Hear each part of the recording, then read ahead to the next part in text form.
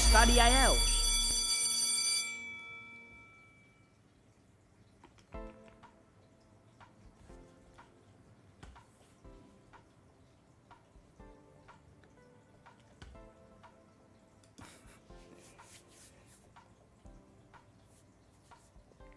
Hôm nay mình vừa thi attempt lần thứ 2, định để sang năm, nhưng háo hức chờ kết quả 2 năm đèn sách, nên hôm nay thi luôn.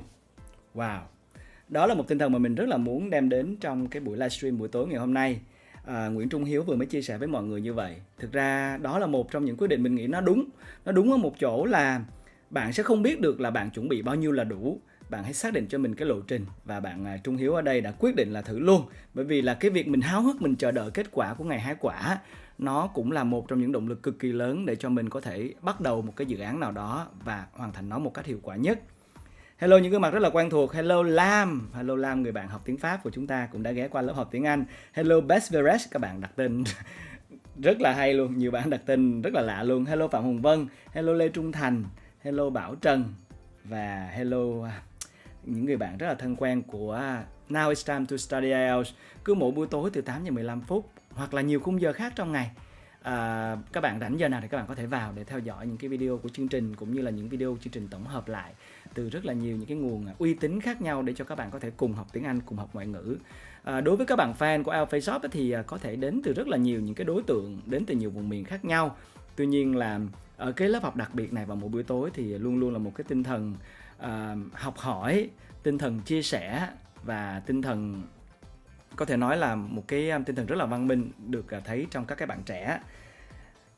Bạn Nguyễn Trung Hiếu attempt lần 1 là 7.0, mục tiêu attempt lần 2 là 7.5 plus. Đó, em mà được 8 chấm cái là rất là vui ha. Bạn Christian chia sẻ là tháng 12 này em sẽ thi IELTS. Mr. Tèo, anh ta đa luôn sức khỏe nha. Trời ơi, cảm động quá, là còn có 2 trái tim nữa, chắc là có sức khỏe dữ lắm. Ngày hôm nay anh thấy anh cũng có một ngày rất là hiệu quả luôn. Anh làm việc tận bây giờ, vừa mới đang ướp nồi bò kho ở ngoài kia kìa. Bò kho ở ngoài Bắc thì gọi là sốt vang, không giống nhau lắm đâu, nhưng mà đại khái nói vậy cho nó dễ hiểu, đó là một loại stew là một cái bò hầm theo kiểu rất là miền Bắc và rất là miền Nam. Nhưng mà nhớ là đến giờ livestream cho nên là phải vô để gặp mọi người luôn, bởi vì là sẽ không thể nào bỏ lỡ được mỗi buổi tối khi mà được gặp mọi người. Mình thấy là mình cũng rèn được cái thói quen rất là tốt, bởi vì gần 1 tháng rưỡi mình học cùng với nhau rồi.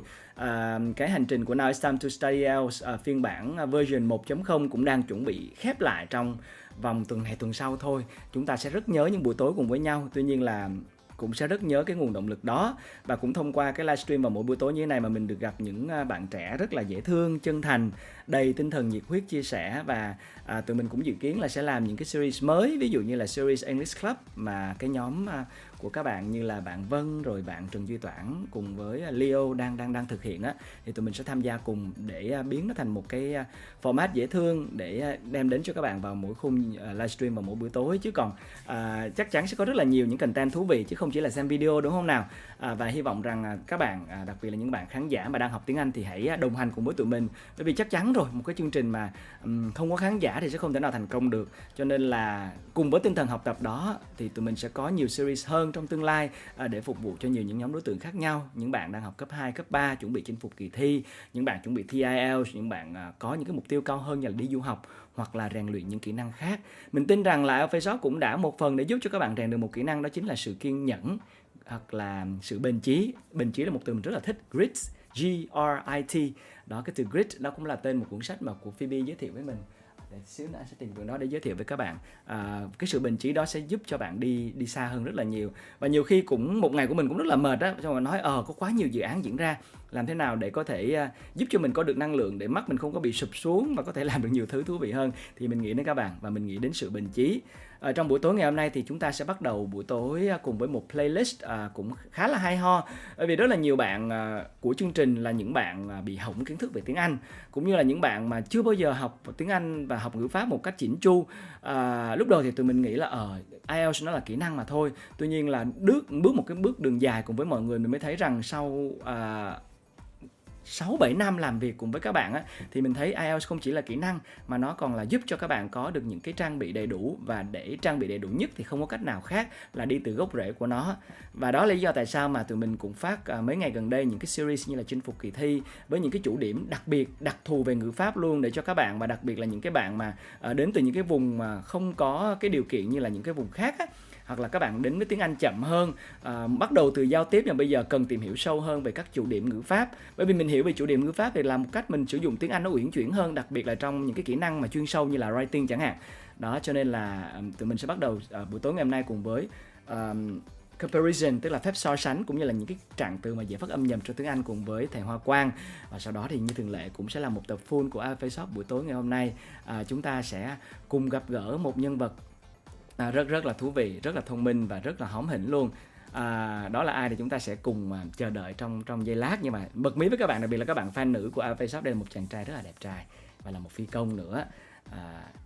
Và cũng như thường lệ thì cũng có rất là nhiều chương mục hay ho sẽ xen giữa chương trình, ví dụ những cái từ vựng hay, idiom hay, English in the minutes, hoặc là follow us, những cái bài nói chuyện truyền cảm hứng, và kể cả những chuyến hành trình của IELTS on the go đến với khắp mọi vùng miền.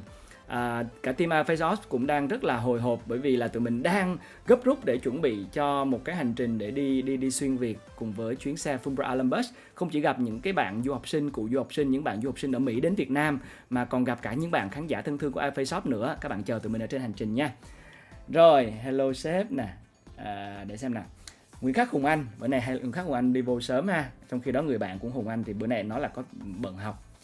Yến Nguyễn, anh gấu trúc rồi, em nói làm vậy làm anh buồn quá, giờ làm sao để cho nó đỡ. Dạo này anh ngủ ít lắm, như là tối ngày hôm qua phải đến 12:30, 1 giờ mới đi ngủ, mà 4:30 ngày hôm nay đã dậy rồi. Thường là như vậy á, còn cuối tuần này là ở Đà Nẵng nữa, cho nên là đó là một cái lịch rất là dày, cho nên là tụi mình phải hứa với nhau là tụi mình phải có sự bền chí để có thể vượt qua được rất là nhiều những cái thử thách ở trước mắt. Mỗi một giai đoạn nó là những cái thử thách khác nhau, như là những cái thử thách của anh là làm sao để có thể thu hút các bạn hơn, có những format mới hơn, làm sao để có được cái nguồn fund để có thể sản xuất những chương trình đó và truyền cảm hứng đến các bạn. Mỗi người đều có một cái động lực riêng, và nó khiến cho mỗi ngày, mỗi giờ, mỗi phút của bạn trở nên thú vị hơn. Nào, các bạn sẵn sàng chưa? Chúng ta sẽ cùng đến với buổi tối ngày hôm nay với một phần rất là quen thuộc. Góc kiểm tra bài cũ, một từ mới mà bạn đã học được trong bài học ngày hôm qua là gì? Comment ngay nhá. Đó, hello mấy bạn. Hôm nay bận quá nên không vào được. Anh vẫn thấy Hà Hoàng cũng chăm lắm đó Hà Hoàng, cho nên là em đừng có bị áy náy quá. Deadline của mình còn nhiều, cho nên là mình cố gắng để vượt qua deadline. Có một chút thời gian thì vào cùng với mọi người, bởi vì giống như là một thành viên trong lớp vậy á. Xa là nhớ, gần nhau là cười mà, đúng không? Anh sẽ cảm ơn mọi người và anh sẽ cố gắng thử chăm sóc sức khỏe nhiều hơn và cố gắng dành nhiều thời gian để ngủ hơn. Hứa, đây là lời hứa. Rồi, Nguyễn Khắc Hùng Anh có từ bargain hoặc là haggle là mặc cả. Đó là cái show của tối ngày hôm qua khi mà đi chợ cùng với Dustin, đúng không ạ? Small fortune là từ nghĩa là gì hả? Haiku story. Để anh để hiển thị cái này lên nha, để cho mọi người thấy được comment của nhau. Chờ chút xíu nha. Chưa ăn gì luôn á, mọi người ăn tối chưa? Tối nay có gì vui không? Hôm nay mới ngồi lâu hơn được xíu. Mấy anh em vào hello phát rồi đi ra thôi đó. Cảm thấy rất buồn và trung thành, nhưng mà không sao, em hãy giúp cho mọi người vui bằng cách là attempt lần thứ 2 với những cái điểm số thật là đỉnh cao nha. Hôm nay được examiner speaking khen, nghe điểm speaking cao. Wow, nghe điểm là điểm speaking cao. Chúc mừng em Nguyễn Trung Hiếu nha. Đây anh hiển thị lên. Bargain hustle. Đó. Interpretation là dịch lời giải thích, là phiên dịch. Small fortune là rất nhiều tiền. Đó. Em vừa ăn phở, thèm quá à. Anh đang ướp một nồi bò kho ngoài kia. Trong in between thời gian các em học thì anh sẽ tiếp tục làm việc. Rồi, cheapskate là người không thích tiêu tiền. Wow, từ này hay quá. Một tràng pháo tay cho bạn luôn. Đó. Clerk là nhân viên bán hàng, nhưng mà clerk còn có một cái từ khác, đó là một người làm thư ký văn phòng á tụi em. Đây là một từ rất là British English luôn. Dirt cheap, rẻ bèo, trái nghĩa với lại criminally expensive. Mắc khùng luôn. Hôm có tổ chức Zoom ý, anh được nghe anh Toản tư vấn hay cực ý. Ai chà, hay quá ha. Rồi, attempt hai phát đều 5.5. Thôi attempt thêm đi em. Thêm lên 6 chấm đi. 200 giờ mà, phải học trăm lên nha. Dove là chú chim bồ câu, từ này hay nè. Nhà trọ em ngay gần quán Việt Nam. Bữa sau anh sẽ kể cho Kiên giáo sư nghe về cái nếu có cơ hội ở phần sau tối nha, về cái việc anh cũng đi sống và làm việc và học tập ở rất là nhiều nước, và anh thường là tiếp xúc với người ta thông qua dạ dày, cho nên là anh đã từng làm ở quán phở, đã từng làm ở quán cơm. và quán cơm của nhiều nước khác nữa, cho nên là có dịp sẽ kể cho mọi người nghe nha. Hello Toản, sau 2 ngày biến mất khỏi thị trường rồi quay welcome back Toản. Sleep like a rock là ngủ đến mức mà người khác gọi mà không dậy nổi. Nhiều người ngủ vậy lắm luôn á. Anh này anh là người ngủ thính lắm. Ví dụ như là anh đang nằm ngủ mà có người bước vô phòng là anh sẽ ngửi thấy mùi và anh tự động tỉnh dậy luôn á. Còn không biết tụi em sao. Nhưng mà anh nghĩ là những bạn mà ngủ mà sleep like a rock là những bạn rất là khỏe, bởi vì là giấc ngủ của các bạn rất là sâu. Đó. Reup là dầu gội đầu nha. Shopaholic là người nghiện đi shopping. Ok, quá giỏi luôn. Phần kiểm tra bài cũ sẽ quay trở lại rất là nhiều lần trong buổi tối ngày hôm nay khi mà chúng ta có thêm nhiều thành viên khác. Và bây giờ 56 bạn ơi, chúng ta sẽ cùng bắt đầu buổi tối nay cùng với một cái video đầu tiên. Đó là video như là mình cũng giới thiệu lúc đầu á, những cái bạn mà đang bị hỏng về ngữ pháp hoặc là đang muốn xem lại những cái chủ điểm ngữ pháp á, không bao giờ thừa đâu. Chúng ta sẽ cùng gặp Hoa Quang trong series chinh phục kỳ thi và cùng nhắc nhớ lại về những phép so sánh nè và các trạng từ adverbs dễ nhầm lẫn và dễ bị nhầm trong phát âm. Nào, chúng ta cùng bắt đầu buổi tối ngày hôm nay nha. Học bài thật chăm nha các bạn. Và nhớ đó là chúng ta cần phải Cả lớp sẵn sàng, giấy, bút, học. Đó, mình cũng sẵn sàng nha. Đó, chuẩn bị sẵn sàng giấy bút. Da mình đến đây thì nó mới rõ tiêu cự đang bị hơi sai chút xíu, để mình chỉnh lại sau nha. Còn bây giờ thì chúc các bạn học chăm nha. Nào, chúng ta cùng đến với bài giảng của thầy Hoa Quang ngay sau đây.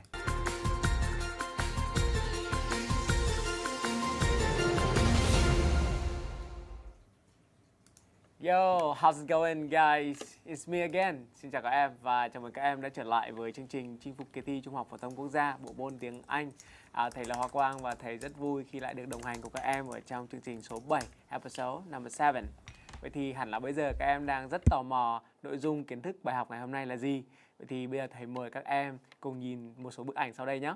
Với hai bức ảnh đầu tiên chúng ta quan sát thấy bãi biển với hai thời tiết khác nhau. Vậy thì với từ khóa là nice weather, chúng ta có thể đặt câu gì với hai bức ảnh này? Đúng rồi, đó chính là the weather in the first picture is nicer than that in the second one. Có nghĩa là thời tiết trong bức tranh đầu tiên thì đẹp hơn là thời tiết ở trong bức tranh số 2, đúng không nào?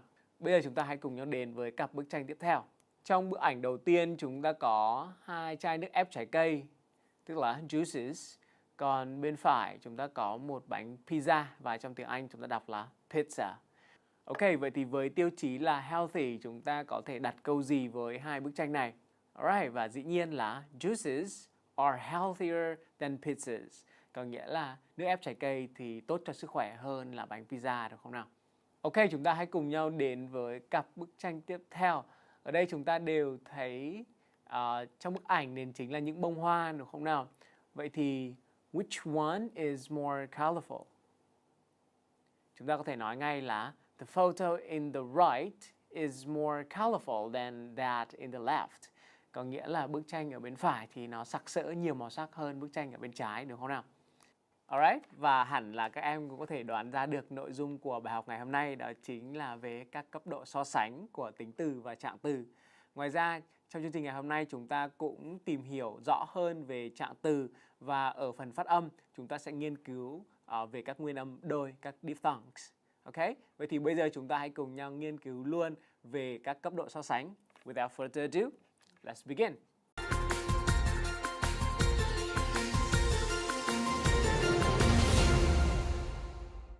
Khi nhắc đến các cấp độ so sánh của tính từ và trạng từ thì thông thường chúng ta có 3 cấp độ phổ biến nhất, đó chính là so sánh ngang bằng, so sánh hơn và so sánh hơn nhất.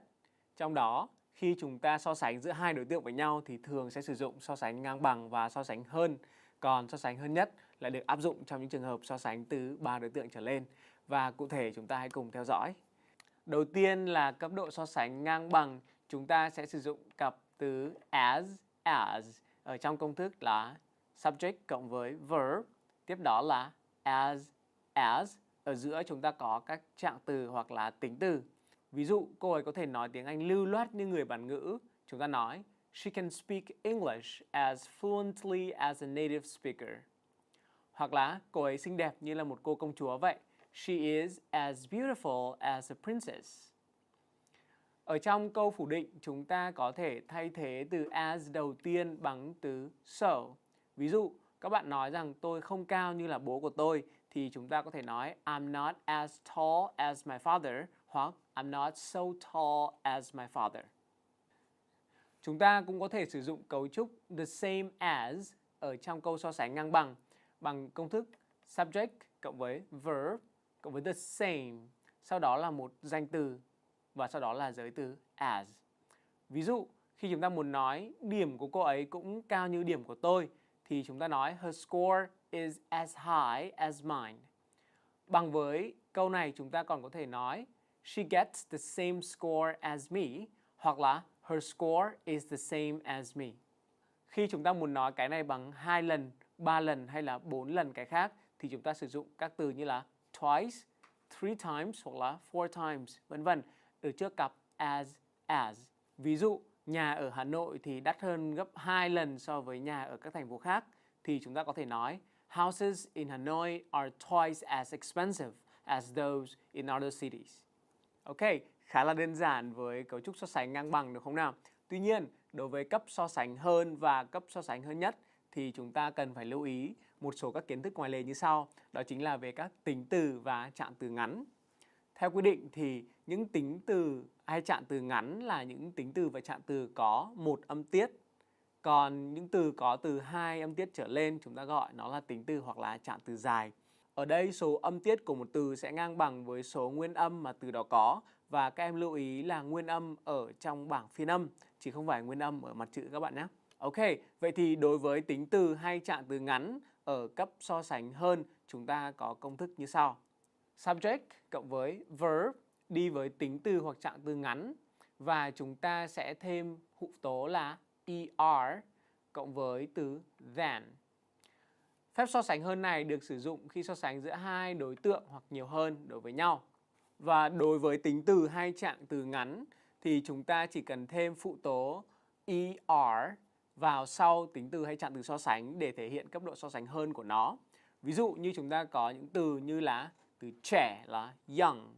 Từ này có một âm tiết, chúng ta so sánh hơn. Trẻ hơn là younger. Và tương tự như vậy chúng ta có older, higher, stronger, vân vân. Và công thức so sánh của tính từ ngắn chúng ta có subject đi với verb và sau đó chúng ta đi thêm với adjective hoặc là adverb cộng đuôi er và có thể có từ than. Ví dụ chúng ta muốn nói là ngày hôm nay thì nóng hơn ngày hôm qua, chúng ta nói rằng today is hotter than yesterday. Đối với các tính từ hoặc trạng từ dài có từ 2 âm tiết trở lên thì chúng ta sẽ không thêm phụ tố er mà chỉ cần thêm từ more vào trước các trạng từ hoặc tính từ so sánh. Ví dụ từ attractive có 3 âm tiết thì chúng ta nói hấp dẫn hơn thì sẽ là more attractive. Tương tự như vậy chúng ta có dangerous, more dangerous, important, more important. Ví dụ khi chúng ta muốn nói cô gái này thông minh hơn chị gái của cô ấy thì chúng ta nói she is more intelligent than her older sister. Ở đây chúng ta có từ intelligent có 4 âm tiết, đây là một tính từ dài. Hoặc là cô ấy nói tiếng Anh lưu loát hơn các học sinh khác, chúng ta nói she speaks English more fluently than other students. Ngoài ra để nhấn mạnh hay là giảm nhẹ đi phép so sánh thì chúng ta có thể thêm vào trước phép so sánh này một số các trạng từ. Ví dụ như để nhấn mạnh chúng ta có những từ như là far, much hoặc là a lot. Trong khi đó để giảm nhẹ phép so sánh thì chúng ta có những từ như là a little, rather hoặc là slightly. Ví dụ như khi chúng ta muốn nói là em thuộc chị gái của tôi làm việc chăm chỉ hơn tôi rất nhiều thì chúng ta nói là my sister works much harder than me. Hoặc ví dụ nhà của cô ấy to hơn nhà của tôi một xíu thôi thì chúng ta nói her house is a little bigger than mine. Cấp độ so sánh tiếp theo đó chính là cấp độ so sánh hơn nhất. Ở trong cấp độ so sánh này, đối với những tính từ và trạng từ ngắn thì chúng ta sẽ thêm phụ tố là đuôi est và bắt buộc ở trong phép so sánh nhất chúng ta phải có mạo từ the đứng ở phía trước. Ví dụ như chúng ta có từ young thì trẻ nhất chúng ta phải nói là the youngest, old, the oldest, strong, the strongest, vân vân. Công thức của phép so sánh hơn nhất chúng ta có subject cộng với verb đi với mạo từ the. Sau đó là tính từ hoặc trạng từ ngắn cộng với đuôi est. Ví dụ, chúng ta nói cô ấy là người lớn tuổi nhất ở trong công ty. Chúng ta hãy nói là she is the oldest person in the company. Đối với các tính từ hoặc trạng từ dài, tức là có từ 2 âm tiết trở lên, thì chúng ta sẽ sử dụng mạo từ the cộng với từ most ở phía trước các tính từ hoặc trạng từ so sánh thay vì thêm đuôi est. Ví dụ như chúng ta nói từ attractive, hấp dẫn nhất là the most attractive. Tương tự như vậy, the most dangerous, the most important. Ví dụ, đây là nhiệm vụ quan trọng nhất của ngày hôm nay, thì chúng ta sẽ nói this is the most important task of the day. Đối với cấp độ so sánh này, chúng ta có thể sử dụng những từ như là much hoặc là cụm từ by far để nhấn mạnh cho nó. Ví dụ như chúng ta muốn nói là Jane chắc hẳn là một sinh viên thông minh nhất lớp rồi, thì chúng ta nói là Jane is by far the smartest student in the class. Các em lưu ý là trong tiếng Anh chúng ta có những tính từ hoặc trạng từ là bất quy tắc khi biến đổi về dạng so sánh. Ví dụ, chúng ta có từ good hoặc là well khi chuyển thành dạng so sánh là better hoặc là so sánh nhất sẽ là the best. Tương tự như vậy, từ bad, trạng từ là badly, khi chuyển sang dạng so sánh hơn là tệ hơn thì chúng ta có từ worse và tệ nhất là the worst. Ngoài ra có một số từ khác nữa thì chúng ta hãy cùng nhau theo dõi ở bảng. Ở đây cả farther, further hay là the farthest, the furthest đều dùng để chỉ về khoảng cách. Từ further hay là the furthest còn có nghĩa là thêm nữa hoặc là hơn nữa, trong khi đó farther hoặc là the farthest thì không có nghĩa này. Ví dụ như nói là cô ấy cần phải luyện tập thêm nữa thì chúng ta chỉ có thể sử dụng là further mà thôi. Chúng ta nói she may need some further practice. Bên cạnh đó thì elder hoặc là the eldest thường được sử dụng để nói về các thành viên ở trong gia đình có nhiều tuổi hơn hoặc là nhiều tuổi nhất. Hoặc là nó cũng có thể sử dụng với vai trò là tính từ. Ví dụ như nó là chị gái của tôi thì chúng ta có thể nói my elder sister hoặc là my older sister. Chị gái tôi sẽ kết hôn vào tuần sau. My elder hoặc là older sister is getting married next week. Elder thì sẽ không sử dụng với than trong cấp độ so sánh hơn mà chúng ta chỉ sử dụng older trong trường hợp này mà thôi. Ví dụ chúng ta nói chồng tôi hơn tôi 5 tuổi. Chúng ta chỉ nói my husband is 5 years older than me. Trong trường hợp này chúng ta không được sử dụng elder than. Lưu ý thứ hai đó là với các tính từ có 2 âm tiết tuy nhiên lại kết thúc bằng chữ cái y dài, chữ cái y thì chúng ta cũng coi nó như là một tính từ ngắn. Cho nên trước khi chúng ta biến đổi nó về dạng so sánh hơn hay là so sánh hơn nhất thì chúng ta phải biến đổi chữ cái y dài thành chữ cái y ngắn trước khi thêm đuôi er hoặc là đuôi est. Ví dụ chúng ta có từ happy, khi so sánh hơn chúng ta nói happier và so sánh nhất là the happiest. Tương tự như vậy chúng ta có từ healthy, healthier, the healthiest. Lazy, lazier, the laziest. Hoặc là funny, funnier, the funniest. Đối với các tính từ hoặc trạng từ dài thì chúng ta có từ more hoặc là the most. Tuy nhiên, ít bạn biết rằng chúng ta còn có cặp từ trái nghĩa để so sánh dạng ít nhất. Đó chính là từ less và the least. Ví dụ như chúng ta nói anh ta có vẻ như ít nhiệt huyết hơn trước đây.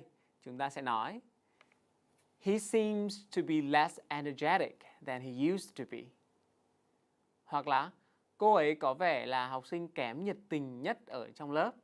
She seems to be the least enthusiastic student in the class. Một lưu ý tiếp theo mà chúng ta cũng cần phải để ý đó chính là khi chúng ta sử dụng đại từ tân ngữ, ví dụ như là me, them, him, her, ở sau từ như là than hoặc là as ở trong phép so sánh, thì đây là lối nói không trang trọng, tức là informal. Khi chúng ta muốn nói một cách trang trọng thì sau than hoặc là as chúng ta sử dụng một đại từ nhân xưng và theo kèm đó là một trợ động từ. Các em hãy cùng nhau theo dõi ví dụ ở đây. Khi chúng ta nói những học sinh người Nhật này nói tiếng Anh thì tốt hơn tôi. Ở dạng không trang trọng, tức là dạng informal, chúng ta sẽ nói These Japanese students speak English more fluently than me. Tuy nhiên, ở dạng trang trọng, tức là dạng formal, chúng ta sẽ không nói là than me, mà nói rằng than I do. These Japanese students speak English more fluently than I do. Alright, vậy là chúng ta vừa lướt qua 3 dạng so sánh quen thuộc nhất, đó chính là dạng so sánh ngang bằng, so sánh hơn và so sánh hơn nhất, đúng không nào? Tuy nhiên, ở trong tiếng Anh chúng ta còn có một số các phép so sánh đặc biệt hơn, ví dụ như là so sánh kép, càng thế này thì càng thế kia. Để thực hiện được phép so sánh này thì chúng ta sẽ sử dụng công thức như sau. Đó là the cộng với so sánh hơn, sau đó là chủ ngữ cộng với động từ. Tiếp theo đó là the cộng với so sánh hơn và một mệnh đề chủ ngữ cộng với động từ tiếp theo. Ví dụ như chúng ta muốn nói là nhà cửa mà càng đắt thì tôi lại càng không muốn mua nó, thì chúng ta hãy nói là The more expensive houses become, the less likely I will buy one. Hoặc là trẻ con càng ồn ào thì người lớn càng tức giận. Chúng ta hãy nói là The noisier the children are, the angrier the adults get. Hoặc là một số câu nói chúng ta có thể sử dụng dạng rút gọn cho nhanh. Ví dụ như là chúng ta nói càng sớm thì càng tốt, the sooner the better. Hoặc là chúng ta nói càng đông thì càng vui, the more the merrier. Ngoài phép so sánh kép thì chúng ta còn có phép so sánh về lũy tiến để nhấn mạnh rằng một cái tính chất hoặc là một trạng thái nào đó đang xảy ra ngày một mạnh hơn. Đối với các tính từ hoặc là trạng từ ngắn thì chúng ta sẽ sử dụng công thức đó là tính từ trạng từ ngắn thêm đuôi er, tiếp tục and và dùng lại từ đấy với đuôi er. Ví dụ, anh ta chạy càng ngày càng nhanh, đó là he runs faster and faster. Hoặc đối với các tính từ hoặc trạng từ dài thì chúng ta sẽ sử dụng từ more and more hoặc là less and less để biểu thị cái tính chất này đang tăng dần hoặc đang giảm dần. Ví dụ chúng ta nói rằng là thi cử thì càng ngày lại càng khó. Chúng ta có từ khó là difficult. Từ này có 3 âm tiết là một tính từ dài, cho nên chúng ta nói càng ngày càng khó thì phải nói là more and more difficult. Exams are becoming more and more difficult. Alright, bây giờ chúng ta hãy cùng nhau đến với một số bài tập nhỏ để củng cố lại kiến thức mà chúng ta vừa được học nhé. Bài tập đầu tiên, select the option that best completes the sentence in each of the following questions. Có nghĩa là chúng ta sẽ chọn ra phương án phù hợp nhất để hoàn thành câu. Đến với câu hỏi đầu tiên, compared to a train, a plane is the way to travel. Đáp án A, faster and more reliable. B, fastest and most reliable. C, most fast and reliable. D, more fast and reliable. Ok, đối với câu này thì chúng ta đang so sánh giữa hai đối tượng đó là a train và a plane. Cho nên phép so sánh thích hợp nhất có lẽ là phép so sánh hơn. Và chúng ta sẽ chọn đáp án là đáp án A. Đó là phép so sánh của hai từ faster và more reliable. Trong đó từ fast là một tính từ ngắn cho nên chúng ta nói faster. Còn reliable là từ có 4 âm tiết là một tính từ dài, chúng ta nói more reliable. Ok, câu hỏi tiếp theo. The sooner you apply for the post, you are accepted. A, the most likely. B, the more likely. C, likelier. D, likeliest. Ở đây chúng ta có thể thấy trong vế đầu tiên đã có the sooner, tức là một mạo từ the cộng với một tính từ ở so sánh hơn. Chúng ta có thể hiểu đây là một phép so sánh lũy tiến, có nghĩa là càng sớm hơn thì càng như thế nào đó. Vậy nên đáp án mà chúng ta nên chọn đó chính là một phép so sánh lũy tiến, là một mạo từ the cộng với phép so sánh hơn của từ likely. Và đáp án chính là đáp án B, the more likely. Ok, câu hỏi số 3. Of all the candidates, he was 1. The more potential, the most potential, less potential và at least potential. Ở trong câu này thì chúng ta đang so sánh giữa he, anh chàng này, với tất cả các thí sinh, all candidates. Cho nên phép so sánh hợp lý, đó chính là phép so sánh hơn nhất. Và hơn nữa, từ potential là một từ có 3 âm tiết, là một tính từ dài. Cho nên chúng ta phải thêm là the most potential. Cho nên đáp án đúng, chúng ta chọn đáp án B. Bài tập tiếp theo chúng ta có select the option which indicates the underlined part that needs correction in each of the following questions. Có nghĩa là chúng ta chọn ra phần lệch chân mà cần phải sửa về ngữ pháp ở trong những câu hỏi sau. Câu hỏi số 1 chúng ta có while I enjoy both swimming and jogging, I am best at swimming as I naturally have more upper body strength and feel more confident in the water. Ở trong câu này thì chúng ta đang so sánh giữa swimming và jogging, cho nên những phép so sánh hợp lý là phép so sánh hơn. Cho nên đáp án đúng của chúng ta nên chọn đó chính là đáp án B. Chúng ta thay vì viết là best, chúng ta phải sửa thành better. Câu số 2. Is becoming most and more difficult to gain admission to Yale. Câu này thì rõ ràng là đang muốn sử dụng một phép so sánh lũy tiến, có nghĩa là càng ngày càng khó. Do đó chúng ta sẽ chọn đáp án A, sửa từ most này thành từ more. Chúng ta có more and more difficult. Bài tập thứ 3. Select the option which indicates the sentence that is closest in meaning to each of the following questions. Có nghĩa là chúng ta phải chọn ra câu nào đó mà hàm ý gần nhất với câu mà chúng ta đã được cho. Alright, câu số 1. No one in my class is as generous as Jane. A. Everyone in my class is more generous than Jane. B. Jane is as generous as other students in my class. C. Jane is not as generous as the other people in my class. D.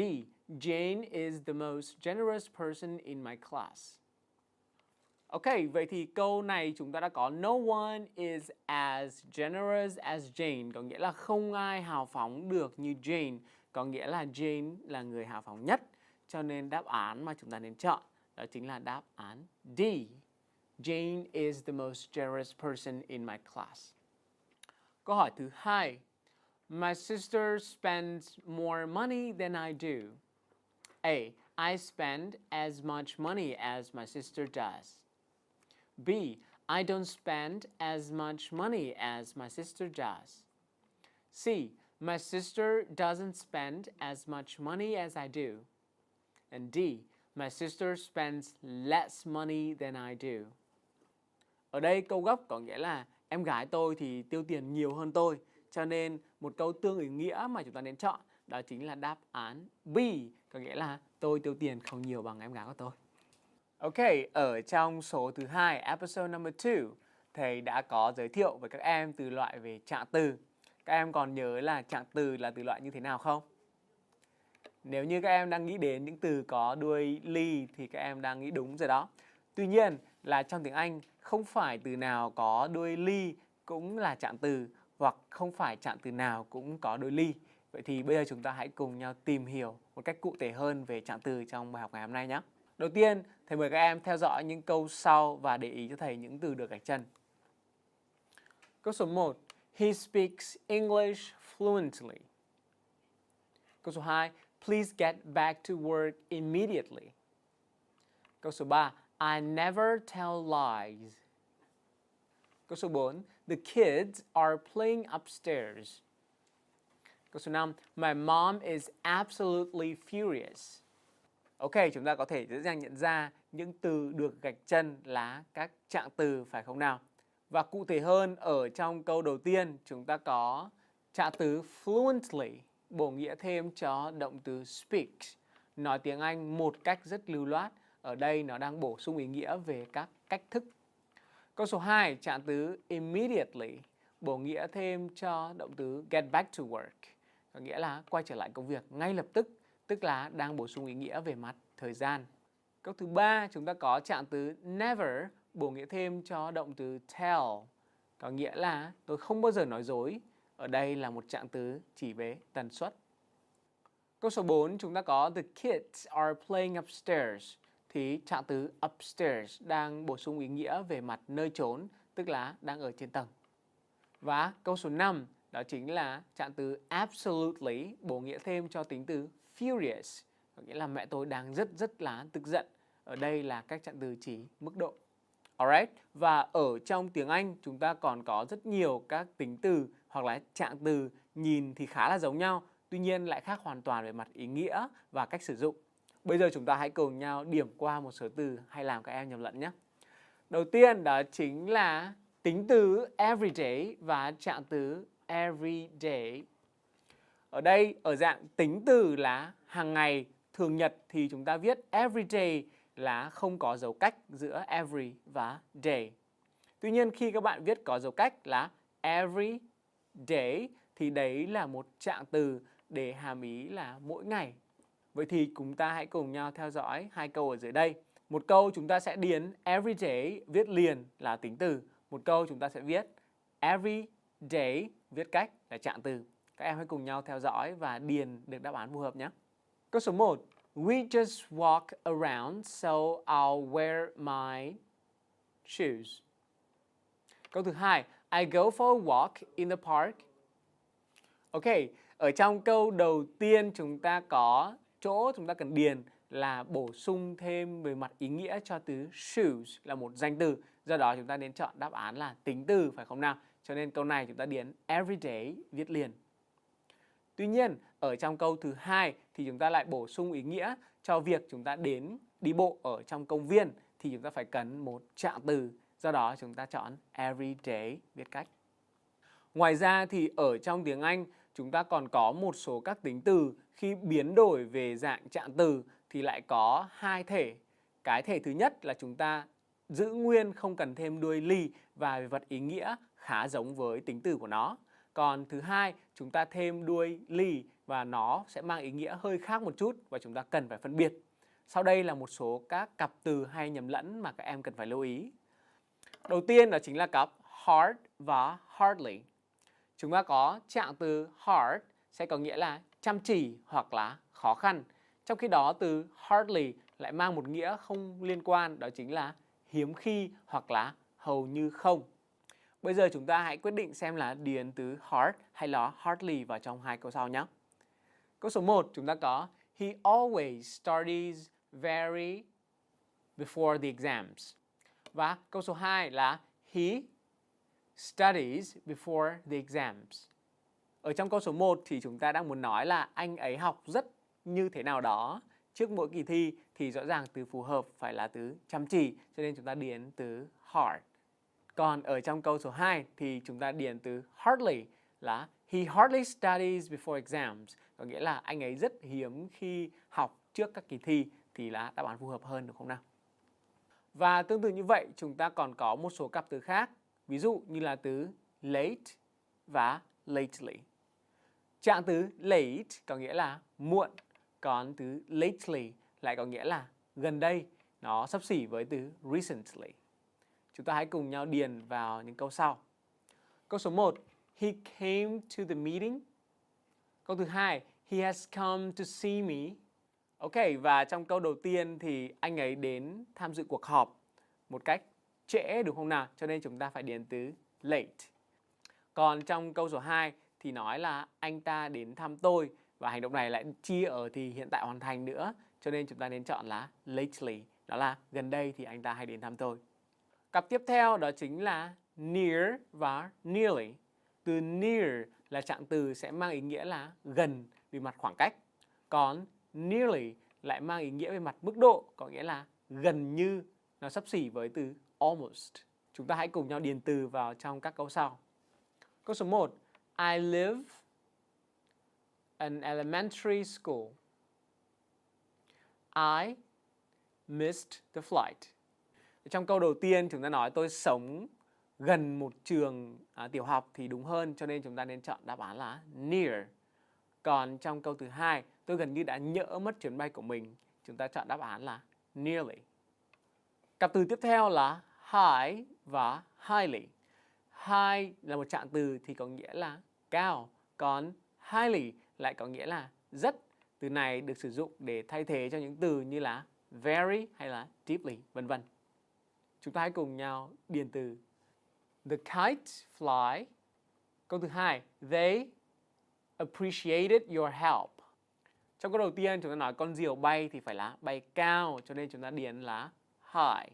Còn trong câu thứ hai, họ trân trọng những cái sự giúp đỡ của bạn, cho nên chúng ta điền từ highly, họ rất trân trọng. Một cặp từ nữa mà chúng ta cũng nên lưu ý đó chính là cặp deep và deeply. Từ deep là trạng từ có nghĩa là sâu, còn trạng từ deeply lại có nghĩa là rất, xấp xỉ với từ very hoặc là very much. Chúng ta hãy cùng nhau điền từ vào trong những câu sau. Câu số 1, they dug the well. Câu thứ hai, he is interested in sports. Câu thứ nhất, chúng ta nói họ đào cái giếng thì phải là từ sâu, đúng không nào? Chúng ta chọn từ deep. Còn câu thứ hai, chúng ta nói anh ta rất quan tâm về thể thao thì chúng ta phải sử dụng từ deeply. Phần tiếp theo về trạng từ trong chương trình ngày hôm nay thì thầy rất muốn giới thiệu đến với các em một kiến thức vô cùng quan trọng, đó chính là phép đảo ngữ khi chúng ta có một trạng từ đứng ở đầu câu. Và cụ thể hơn, chúng ta hãy cùng nhau theo dõi bảng. Trường hợp đầu tiên đó chính là chúng ta sử dụng một phép đảo ngữ khi một trạng từ hoặc trạng ngữ phủ định được đặt ở đầu câu dùng để nhấn mạnh. Ví dụ, chúng ta muốn nói là trong bất kỳ hoàn cảnh nào anh cũng không được nói dối tôi, thì chúng ta nói under no circumstances should you lie to me. Vậy thì ở trong vế should you lie to me, modal verb should đã được đảo lên ở phía trước. Hoặc tương tự như vậy, chúng ta nói cho dù bất kỳ lý do gì anh cũng không nên mở cánh cửa bí mật này. Chúng ta nói on no account should you open this mystery door. Ở đây chúng ta có ở sau trạng từ on no account, chúng ta đảo modal verb should lên phía trước. Trường hợp tiếp theo đó chính là chúng ta sử dụng các trạng từ mang ý nghĩa phủ định như là never, seldom, hardly, vân vân, hoặc là các cụm từ đi với only đặt ở đầu câu để nhấn mạnh. Ví dụ, tôi sẽ không bao giờ tin anh thêm một lần nào nữa. Chúng ta có thể nói là never will I believe you anymore. Ở đây chúng ta đảo trợ động từ will lên phía trước. Hoặc là chỉ khi anh hứa trả tiền cho tôi sau 2 ngày thì tôi mới cho anh vay. Chúng ta nói only when you promise to pay me back after 2 days will I lend you the money. Vậy thì ở đây chúng ta có đảo modal verb là will ở chỗ I will lend you lên ở đầu câu. Trường hợp thứ 3 đó chính là chúng ta sử dụng từ so đi kèm với một adjective hoặc là một adverb ở phía sau. Hoặc là cấu trúc such cộng với be cộng với noun ở đầu câu. Ví dụ chúng ta có con người anh ta keo kiệt tới mức anh ta không có ai làm bạn. Such a mean person is he that he has no friend.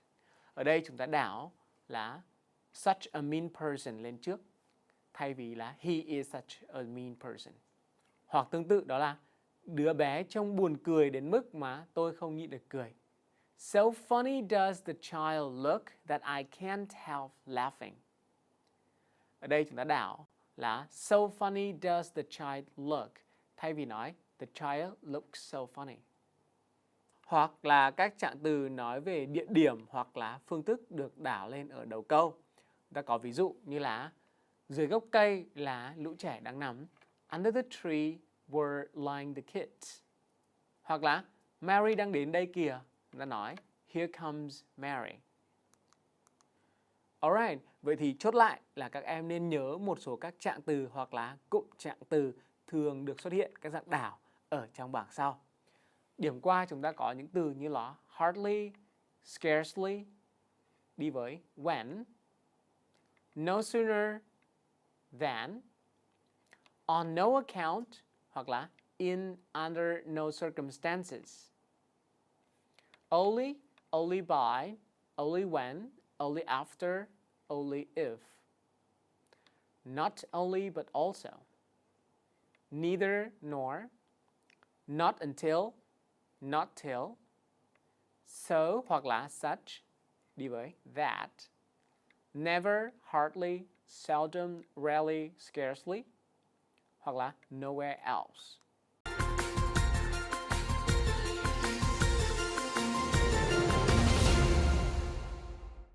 Alright, bây giờ chúng ta hãy cùng nhau đến với những bài tập ngắn để chúng ta củng cố lại kiến thức về phần trạng từ này nhé. Phần bài tập đầu tiên, chúng ta hãy chọn đáp án để điền vào câu hợp lý nhất. Vào câu số 1.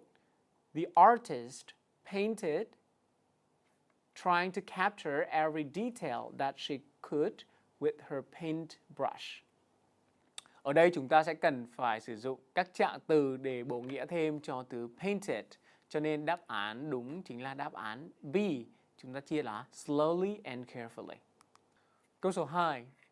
Only when the police interrogated him, his crime. A. He confessed. B. Did he confess? C. He did confess. Và D. Did he confess? Đối với câu này chúng ta có một cụm từ là only when được đặt ở đầu câu, cho nên chúng ta có thể sử dụng một phép đảo ngữ ở cuối câu. Và ở đây chúng ta có động từ là từ confess, cho nên chúng ta sẽ sử dụng cái trợ động từ, tức là từ did ở thì quá khứ đảo lên trước, và sau đó đối với động từ confess nó ở dạng nguyên thể, cho nên đáp án đúng chúng ta nên chọn đó chính là đáp án D. Only when the police interrogated him did he confess his crime. Câu hỏi số 3. Had they recovered from the first earthquake when they felt the second tremor? A. No sooner. B. Hardly. C. Never. D. Scarcely. Ở trong câu trên thì chúng ta nên sử dụng cấu trúc đó là hardly đi với when để ám chỉ một sự việc vừa mới xảy ra thì một sự việc khác lại xảy ra tiếp theo sau đó. Câu này chúng ta dịch có nghĩa là họ vừa mới phục hồi từ trận động đất đầu tiên đã thấy ngay cơn địa chấn thứ hai. Cho nên đáp án ta nên chọn đó chính là đáp án B, hardly. Phần bài tập tiếp theo chúng ta chọn ra những phần gạch chân cần phải sửa về ngữ pháp. Câu số 1. The teachers looked at their students so proud that they seemed to glow with happiness. Ở đây chúng ta có động từ look at là một từ để ám chỉ một hành động, và chúng ta cần có một trạng từ chỉ cách thức và đi kèm theo, cho nên đáp án ta nên chọn đó chính là đáp án B, proud, và từ này chúng ta phải trở thành là proudly. Các bạn lưu ý từ look khi chỉ một giác quan hoặc là một động từ liên kết thì chúng ta mới đi kèm với tính từ ở sau nó. Ví dụ như nói là cô ấy trông rất là căng thẳng. She looked very depressed. Còn ở trong trường hợp này từ look được đi với giới từ at. Ở đây là một hành động là nhìn vào một cái gì đó, cho nên chúng ta cần phải trạng từ bổ nghĩa cho nó. Câu số 2.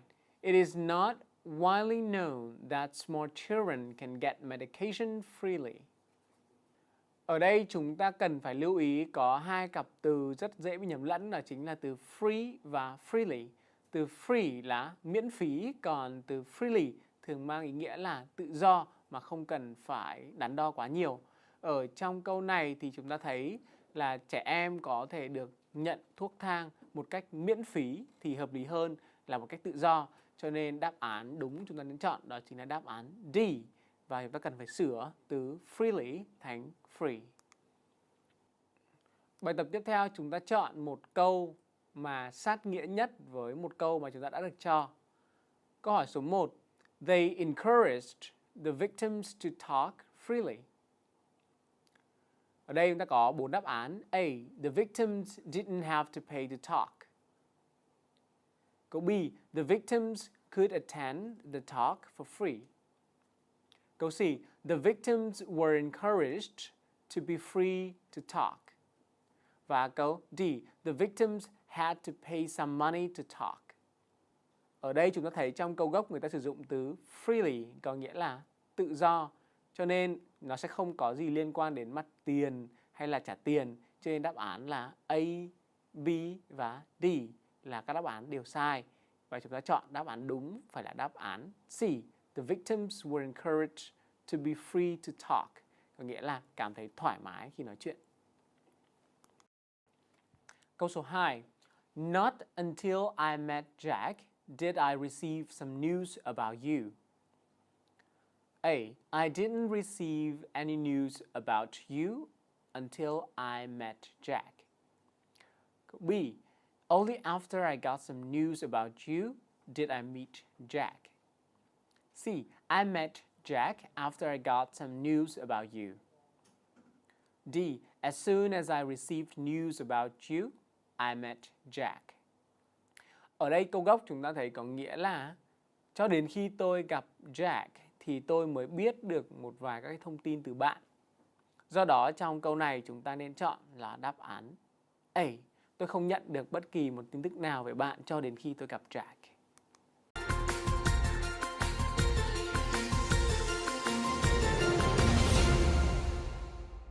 Ok, bây giờ chúng ta hãy cùng nhau đến với kiến thức về mặt phát âm ở trong chương trình ngày hôm nay. Ở trong các số trước thì các bạn đã được giới thiệu về các nguyên âm đơn. Và trong buổi hôm nay chúng ta hãy cùng nhau làm quen với các nguyên âm đôi, diphthongs nhé. Ok, nguyên âm đôi đầu tiên đó chính là âm e. Âm này có thể xuất hiện được ở trong những chữ cái ở trong âm tiết chính. Ví dụ như là chữ AI khi đứng trước ký tự R. Ví dụ chúng ta có từ hair, pear, air, fairy. Hoặc chữ cái A ở trong những từ có một âm tiết và tận cùng bằng ARE. Ví dụ như là từ care, fair, prepare. Hoặc trong những ký tự là EA khi đứng trước ký tự R. Ví dụ như là từ wear, swear, bear hoặc là pair. Chúng ta hãy cùng nhau đọc câu sau. The fair-haired man was on the sand. Đây là một cái âm khá dễ được không nào? Âm tiếp theo chúng ta có đó là âm A. A. Âm này chúng ta làm bằng cách đó là nói nhanh chữ é với chữ y ở trong một hơi. Và chúng ta nói nhanh lên là A. A. Âm A có thể xuất hiện được ở trong những từ có chữ cái là AY. Ví dụ day, play, stay, pay. Hoặc ký tự A ở trong những từ có một âm tiết và có hình thức tận cùng bằng chữ cái A cộng với một phụ âm và thêm một chữ Y. Ví dụ lake, fate, gate, safe. Tiếp theo đó là chữ cái AI cũng thường cho ra âm A.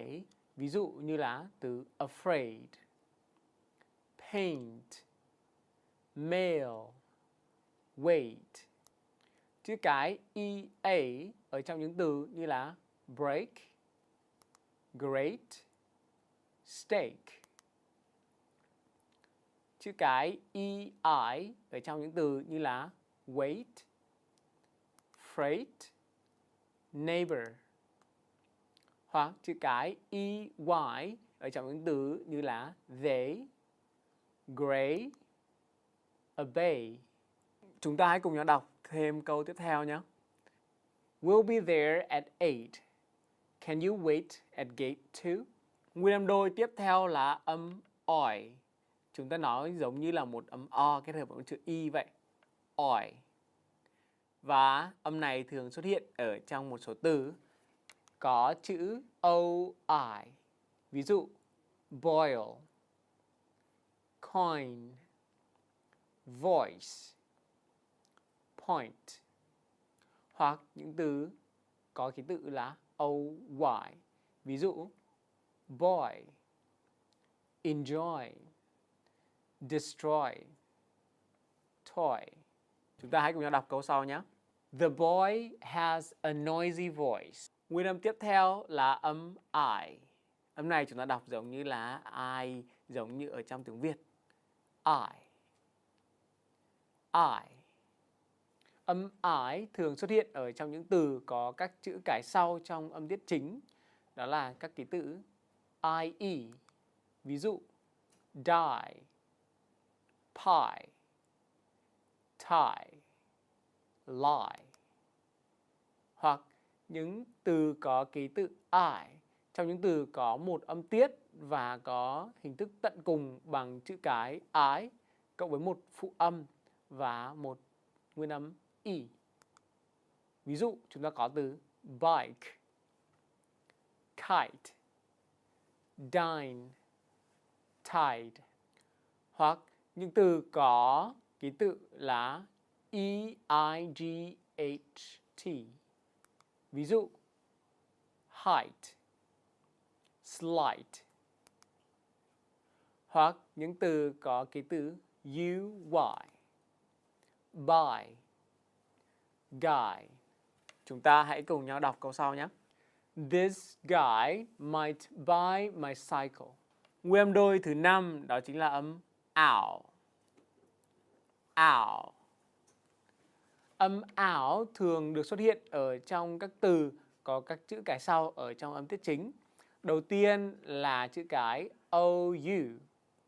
Ví dụ trong các từ như là around, county, doubt, mountain, loud, plow, south. Hoặc là những từ có ký tự OW. Ví dụ như là crown, brow, tower, powder, plow. Chúng ta hãy cùng nhau đọc câu sau. Shower those flowers for an hour. Shower those flowers for an hour. Nguyên âm đôi tiếp theo là âm ở. Âm ở có thể được xuất hiện ở trong những từ có những chữ cái sau ở trong âm tiết chính. Thứ nhất là chữ cái ở khi ở cuối một từ. Ví dụ ago, mosquito, potato. Thứ hai đó là những từ có ký tự OA ở trong từ có một âm tiết và tận cùng bằng một hay là hai phụ âm. Ví dụ road, cold, loan, soap, coast. Hoặc những từ có ký tự OU. Ví dụ soul, shoulder, poultry, dough. Hoặc là ký tự OW. Ví dụ arrow, widow, bowl, grow, tomorrow. Chúng ta hãy cùng nhau luyện đọc câu sau. They showed us their own home. They showed us their own home. Nguyên âm đôi tiếp theo đó chính là âm ear. Âm ear thường xuất hiện ở trong những từ có các chữ cái sau ở trong âm tiết chính. Đầu tiên là chữ EA, clear, fear, weary, dreary. Hoặc những từ có chữ cái EE thường khi đứng trước tận cùng là chữ cái R của mỗi từ. Ví dụ cheer, dear, career, engineer. Chúng ta hãy cùng nhau đọc các câu sau nhé. Is there a bank near here? Và nguyên âm đôi cuối cùng đó chính là âm UR. UR. Âm UR thường được xuất hiện ở trong những từ có chữ cái sau trong âm tiết chính. Thứ nhất là âm OU. Ví dụ tourist, tourist, tournament, tournament. hoặc là chữ cái có ký tự là o, ở, mà trong những từ có một âm tiết và kết thúc bằng chữ cái r. Poor, spore.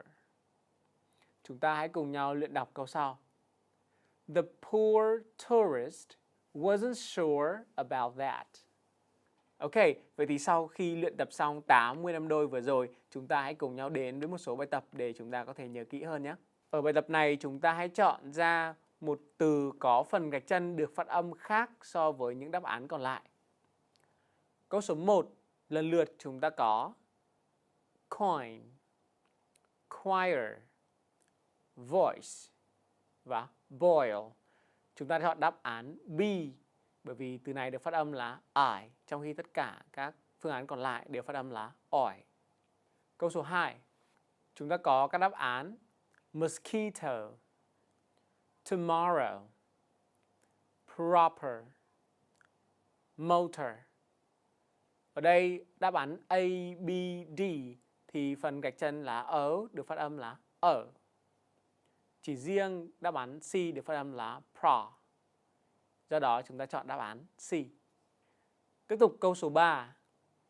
Chúng ta có A, wear, bear, breathe, swear. Rõ ràng đáp án nên chọn đó chính là đáp án C, bởi vì phần ký tự EA được đọc là âm Y dài, breathe. Câu số 4. Chúng ta có đáp án A, tidy, revival, final, liquid.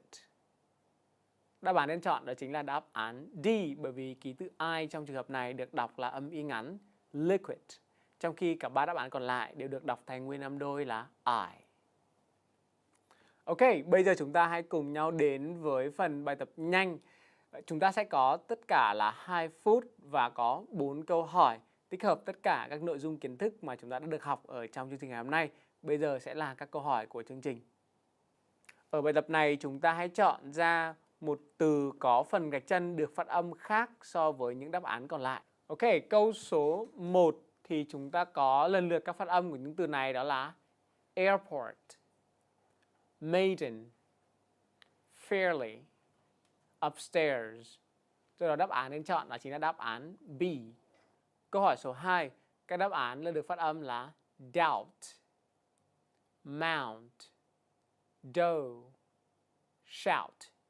Cho nên đáp án chúng ta nên chọn đó chính là đáp án C. Câu số 3. Ở trong câu này chúng ta phải chọn thể của tính từ hoặc là trạng từ effective hoặc là effectively. Ở trong câu này rõ ràng chúng ta đang cần một trạng từ để bổ nghĩa cho động từ cook. Do vậy, từ cần dùng phải là effectively.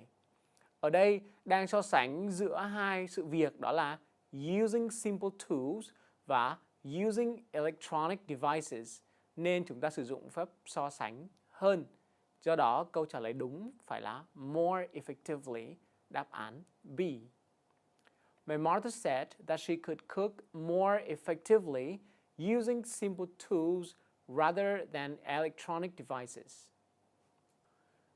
Ở câu số 4, chúng ta phải chọn thể của từ wide.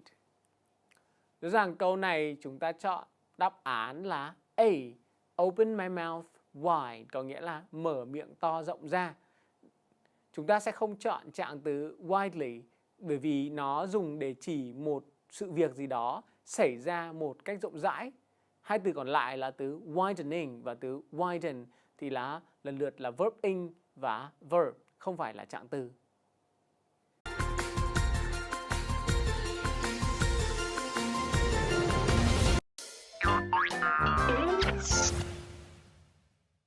Hello guys, welcome back to English in a Minute.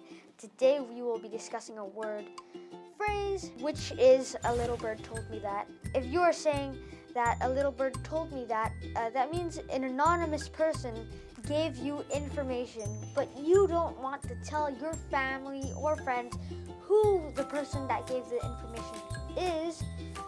For an example, a little bird told me that. Maybe his family or his friends is moving to Ho Chi Minh City, Hey, Rooney. I heard that you're having a crush on my little sister. How do you know this sort of information? A little bird told me that. Come on, please, V, please don't tell anyone. I beg you. This will ruin my life. Okay, you have my words, but tell me. Maybe I can help you. No, May. Okay, sure.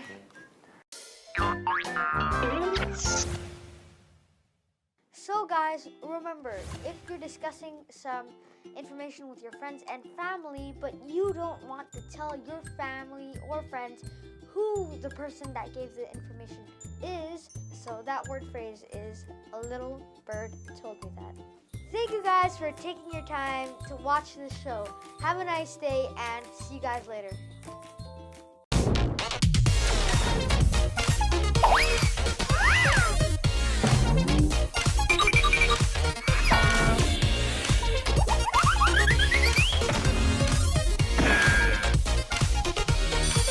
Now it's time to study IELTS. Wow, bạn đã học được gần 1 giờ rồi, cố lên. Hard work pays off, guys.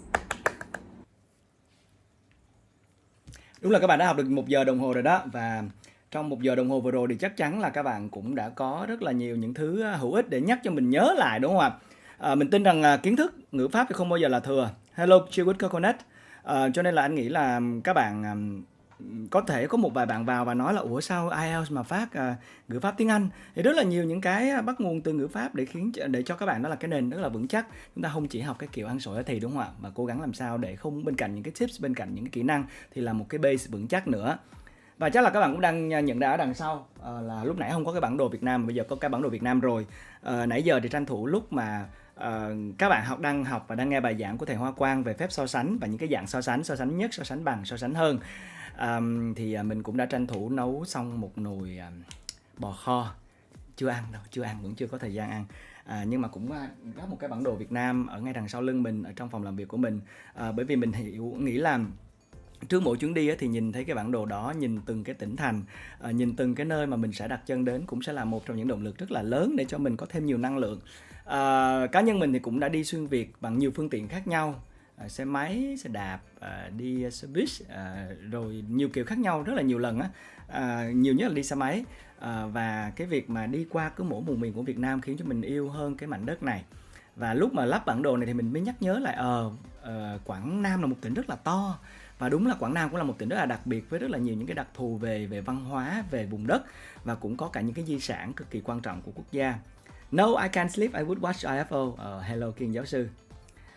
Và bây giờ đang đến phần nữa là những cái địa danh như là Biển Đông nè, đó, hoặc là Hoàng Sa, Trường Sa, những cái đảo như là Phú Quốc nhỏ nhỏ như thế này, hoặc là huyện đảo Vân Đồn của tỉnh Quảng Ninh, đó, đảo Cát Bà, đảo Cồn Cỏ, đảo Lý Sơn, đây Lý Sơn chút xíu nè. Rồi có những cái tỉnh mà nguyên một khối rất là to, ví dụ như là tỉnh Thanh Hóa, Nghệ An và Hà Tĩnh. Rất là nhiều bạn khán giả đến từ 3 cái tỉnh thành này. Đó, và đây cũng chiếm một cái cộng đồng rất là lớn, và mình cảm thấy rất là đặc biệt khi mà mình sống trong một cái quốc gia mà có đa dạng về văn hóa, về vùng miền như vậy. Đó, đảo Cồn Cỏ, đảo Cô Tô nè, Cô Tô cũng là một đảo của tỉnh Quảng Ninh, mọi người thấy rõ không? Đó, thấy chưa? Đó, Cô Tô, thấy chưa? Cô Tô nha. Còn đây là đảo Cồn Cỏ nè mọi người, thấy chưa? Đó, những thứ nhỏ nhỏ xinh xinh này thôi nhưng mà cũng khiến cho mình cảm thấy ấm áp lắm. Và đang rất là chờ đợi cái chuyến đi xuyên Việt sắp tới. Bây giờ thì các bạn hãy cùng học tiếp với chương trình nha. Và xin được xa đến con mọi người, bởi vì mọi người đã cực kỳ rất là giỏi, đã rất là tập trung trong suốt 1 giờ đồng hồ vừa rồi. Và bây giờ thì chúng ta sẽ cùng đến với một tập full của IELTS FACE-OFF. Lý do mình là lắp bản đồ là cũng để bởi vì là ngày xưa hồi nhỏ mình rất thích làm phi công, cực kỳ thích làm phi công luôn. Bởi vì là rất là thích cái cảm giác được bay lượn ở trên bầu trời, thích được cái cảm giác mỗi một ngày thức dậy ở một cái thành phố khác. Ước mơ là như vậy đó, nhưng mà không thành hiện thực, cho nên là mình rất là ngưỡng mộ những bạn làm phi công, cho nên mình cũng đi du lịch rất là nhiều nơi, bởi vì đó là một trong những cái thứ để thỏa cái ước mơ của mình. Tập tối ngày hôm nay chúng ta sẽ cùng gặp một chàng phi công nha mọi người, và cái chàng phi công này cũng rất là thú vị. Thú vị là bởi vì bạn này có rất là nhiều những cái tố chất của một global citizen, công dân toàn cầu, điển trai, thông minh và cũng rất là hóm hỉnh. Chúng ta sẽ cùng đến với tập IELTS FACE-OFF buổi tối ngày hôm nay. Nhưng mà bây giờ thì nhân tranh thủ là có đông người á, mình làm trò vui vui Góc nha. kiểm tra bài cũ, một từ mới mà bạn đã học được trong bài học ngày hôm qua là gì? Comment ngay nhá. Comment đi. Giờ có đông người vô không? Phi công hay phi công? Mắt nhắm mắt mở, em có tập trung đâu anh. Kiên giáo sư em cũng phải đi ngủ sớm đi, bởi vì bây giờ là giờ Melbourne thì cũng trễ rồi đó. Đó, tôi thích suy nghĩ của bạn, chờ mãi về trên comment đi mọi người ơi. Hình như là bữa nay có Sơn Serious đang trực sóng đó, cho nên là rất là nghiêm. Chuyện này không vui lắm. 100 người rồi kìa, comment đi nào. Mình sẽ cho hiển thị những cái comment của các bạn để cho các bạn có thể học cùng với nhau, đúng không nào? Newborn, trẻ sơ sinh. Ok, anh sẽ cho hiển thị lên luôn nha. Hiển thị cái comment này cho mình học được những cái từ hay ho ha. Ok, newborn, trẻ sơ sinh. Từ bạn Phạm Hồng Vân. Vân là rất chăm luôn đó. Vân hầu như là ngày nào cũng học từ from the beginning to the very ending luôn. Đó, em thích từ này, dễ thương quá. Khi nào đi xuyên Việt ghé chỗ em chơi nha anh. Thu Quyên ơi, cho anh biết là em đang ở đâu. Chắc chắn team sẽ ghé qua thăm mọi người và tặng mọi người những thứ xinh xinh nhỏ nhỏ. Ví dụ như là cái này chẳng hạn. Đó. Hoặc là đâu mất tiêu rồi. Thôi để tin nó tìm nó giới thiệu sau. Put stock in something, coi trọng cái gì đó. Hay quá. Vivian Lee, shout out to Vivian Lee. Vỗ tay luôn, tên rất tiếng Pháp luôn ha. Vivian Lee. Đó. Hồng Vân, toddler, trẻ con mới tập đi. Hay quá. Đúng rồi, hôm qua mình có tập với chị Minh Trang, đúng không ạ? Plastic surgery, phẫu thuật thẩm mỹ. Pregnant, có thai, có bầu. Em vừa coi vừa làm bài tập hóa rồi. Anh sẽ cho em hiển thị luôn. Ok. Mai đi phát biểu anh ơi, chúc ai may mắn đi, em đi ngủ. Chúc cho bạn Kiên giáo sư ha, một bạn đang học ở tại Melbourne của Úc, cũng vừa mới được 8.5 IELTS. Ngày mai sẽ có một cái bài speech, không biết là em sẽ deliver speech ở chỗ nào, nhưng mà I do wish you all the best nha. Break a leg cho cái bài speech của em trong ngày mai. Rồi tiếp theo chúng ta có small fortune là nhiều tiền. Pregnant có thai. Ủa sao anh nhiều người nhớ cái từ này quá vậy? Tough không có T nha Hùng Anh. Tough không có T đâu nha. Là mạnh mẽ. Put a damper on something, làm mất vui. Vietnamese identity, bản sắc Việt Nam. Pregnant woman, wow, người phụ nữ mang thai. Trời ơi, nó sang hẳn. Một cô gái có bầu, một người phụ nữ mang thai. Bạn giỏi, bạn có quyền đi ngủ Kiên ạ. Learn as you go, vừa học vừa làm. Có video lại nhớ gửi nha. Learn as you go. Tụi mình cũng đang nỗ lực để chuẩn bị để launch cái dự án Voice of the Week, cho nên là những bạn nào mà tự tin trong giao tiếp và muốn chia sẻ thì hãy chuẩn bị sẵn sàng nha. Interpretation, diễn giả phiên dịch. Đó, Nguyễn Khắc Hùng Anh nhớ chép phạt nha. Cheapskates. Admin nào ngày hôm nay, Sơn hay là Duy, xem dùm anh nha. Bạn nào mà sai là nhớ chép phạt á. Ask for the moon là đòi hỏi quá đáng mà không thực tế. Rồi, ok. Quá giỏi luôn. Thôi thì cũng nên dành một tràng pháo tay để dành tặng cho các thiên thần. Còn bây giờ thì chúng ta sẽ cùng đến với một tập phô của IELTS FACE-OFF nha mọi người.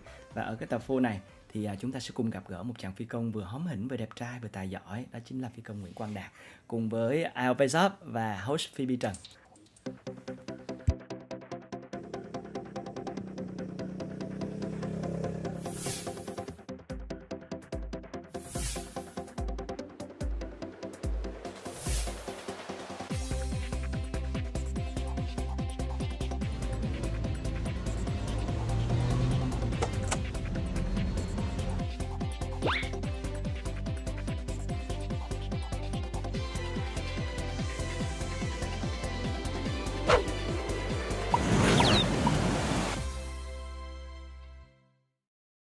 It's never been easier to purchase IELTS books with the show. Just go to tiki.vn, and with just one mouse click, you'll be able to find the perfect IELTS books you've been waiting for. Purchase anywhere and receive discounts. Go to tiki.vn and buy.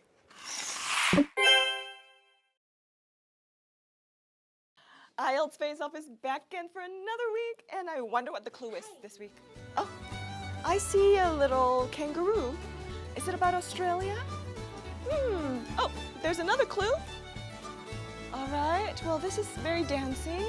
Maybe it's about the globe or something. Oh, oh, I don't see any other clue, but there is this clue. Oh, aloha. Okay, I think this might be about culture, or it might be about travel, or it might be about, global integration. I wonder what it is, but I think my guest is right here, so I'm gonna check him out. Hello everyone, my name is Đặng. I started flying as a pilot when I was 19 and I became one of the youngest captains in the country when I was 24. My favorite quote is believe in yourself, working hard, and you can do anything you want. It's a pilot. Maybe it's about flying. Oh, but he's really good looking. I bet he's really popular with the ladies. Let's go see him. And this is the IELTS Face-Off studio again, but there's an industry where people meet new people every time they go to work. And our guest is right there. Hey, Captain, so nice to meet you. It's very nice to meet you. My name is Đặng. My name is Phoebe. And How are you today? I'm good. I think I'm going to be your assistant flight attendant today. Right, I have to say you look beautiful. Well, thank you. So do you. We are ready here, so whenever you're ready, we can start boarding. Let's do Okay, it. so let's board our plane. So we're back in the studio of IELTS Face-Off Season 3, and right now, my guest is Đặng. He's a very, very handsome pilot. Thank you. And I'm sure a lot of you guys are very excited to hear his story, so welcome. Thank you for having me today. Of course. How long have you been flying in total? I remember it's like ever since you were 20 years old? Actually, I started flying when I was 19. So it was pretty much 7 years now. Yeah. Flying for so long, do you identify yourself as a pilot, as a captain, or do you identify yourself as like a 28, 27-year-old guy? That's a really good question. Back to when I got the invitation from IELTS Face-Off, I was asking myself, what should I wear? Should I wear a uniform or should I be very casual? Because people have been referring me to as a captain. And I would really like people to see me as just a 27 years old guy, you know. I have a lot of other interests, like I love traveling, I love reading. My life is just not only about flying, but yeah, it's difficult. Because when people see me, they would start asking questions about flying, you know, how do I start my flying career? I'm probably one of those people as well. 'Cause Yeah, keep asking I you kind about of flying. expected that. Okay, so let's not talk about flying for now, but maybe let's talk about when you first started out. Were you ever scared that this wasn't the career path for you? When I first applied for my job, I wasn't that worried. Maybe I was too young, didn't really know anything. But I remember the first time when I got to New Zealand, so I did my training in New Zealand. The first night that I actually got there, I remember was sitting in a Korean restaurant with my new colleagues. That was when the reality hits me. Like, okay, now you're gonna start a whole new world in a new country, with a new career. You don't know if you're gonna make it. It was actually really scary that night. But luckily now, things have been working out pretty well for me. What's the best food you've had so far on a plane while working? People expect me to like being served with really nice food on the plane.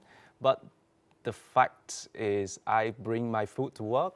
Really? So yes, I have a little lunchbox, really childish lunchbox, like with some yellow pattern, and I always have to hide it in my professional pilot bag.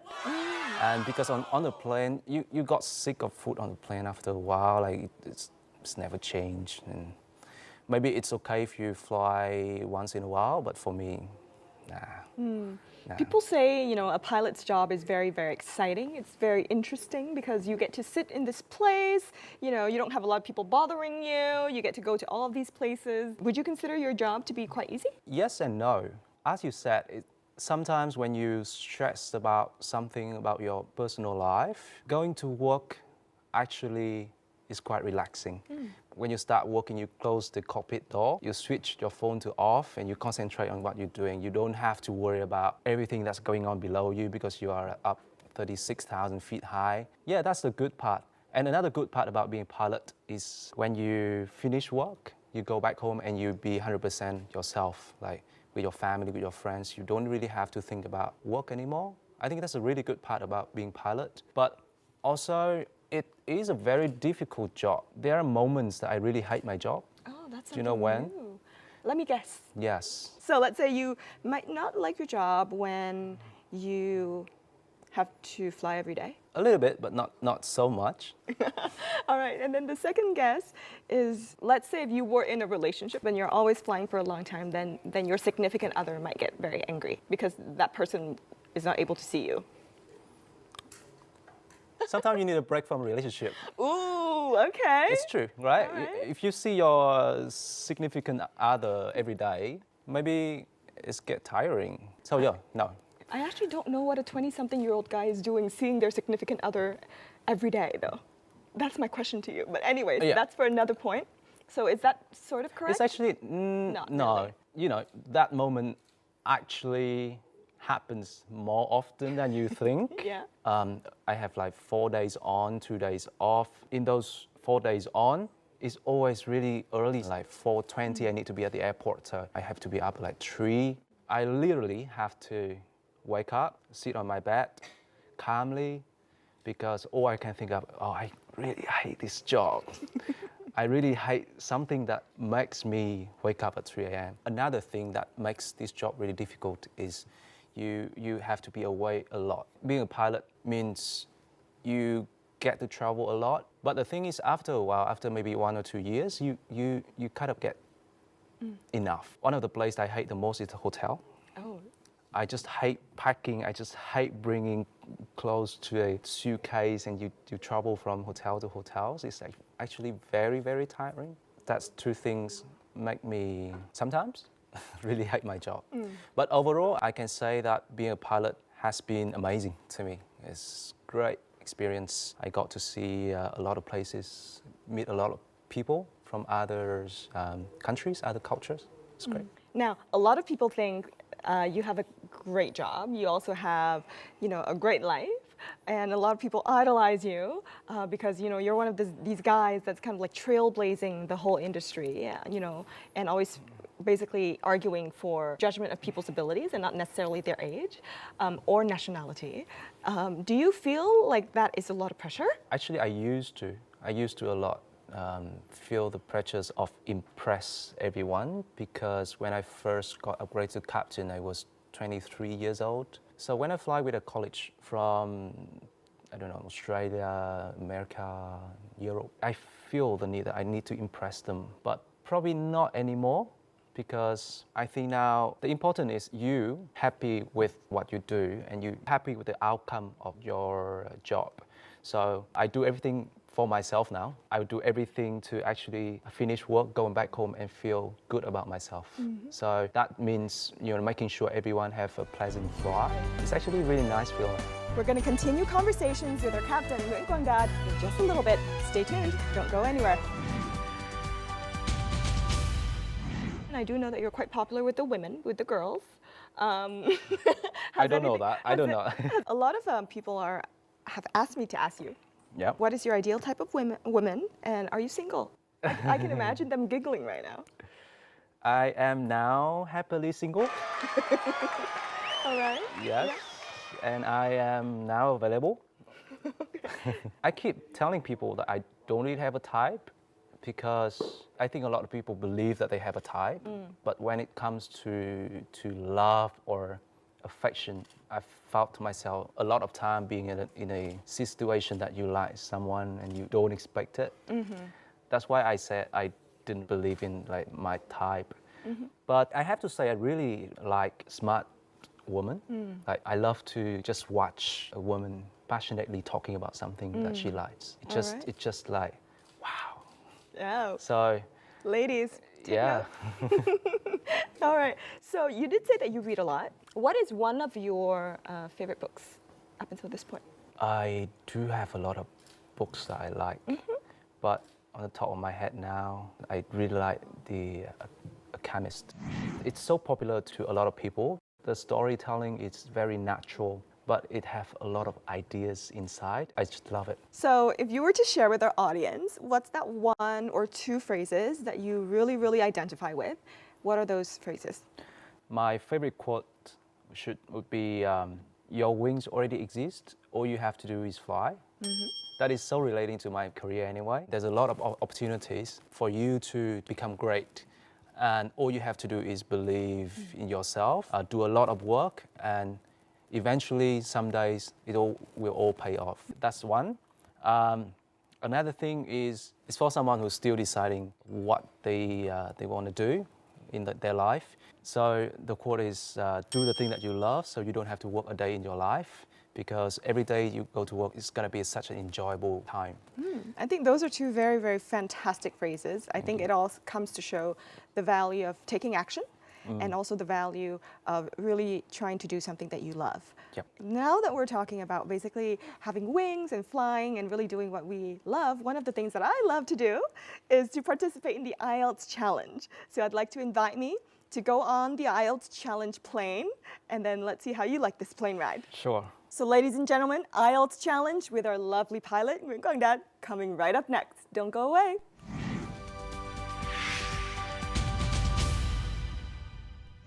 This is the IELTS challenge, and I'm here with our captain, Dad, and I can see his smiley face, and I'm sure he's a little bit nervous for our next challenge.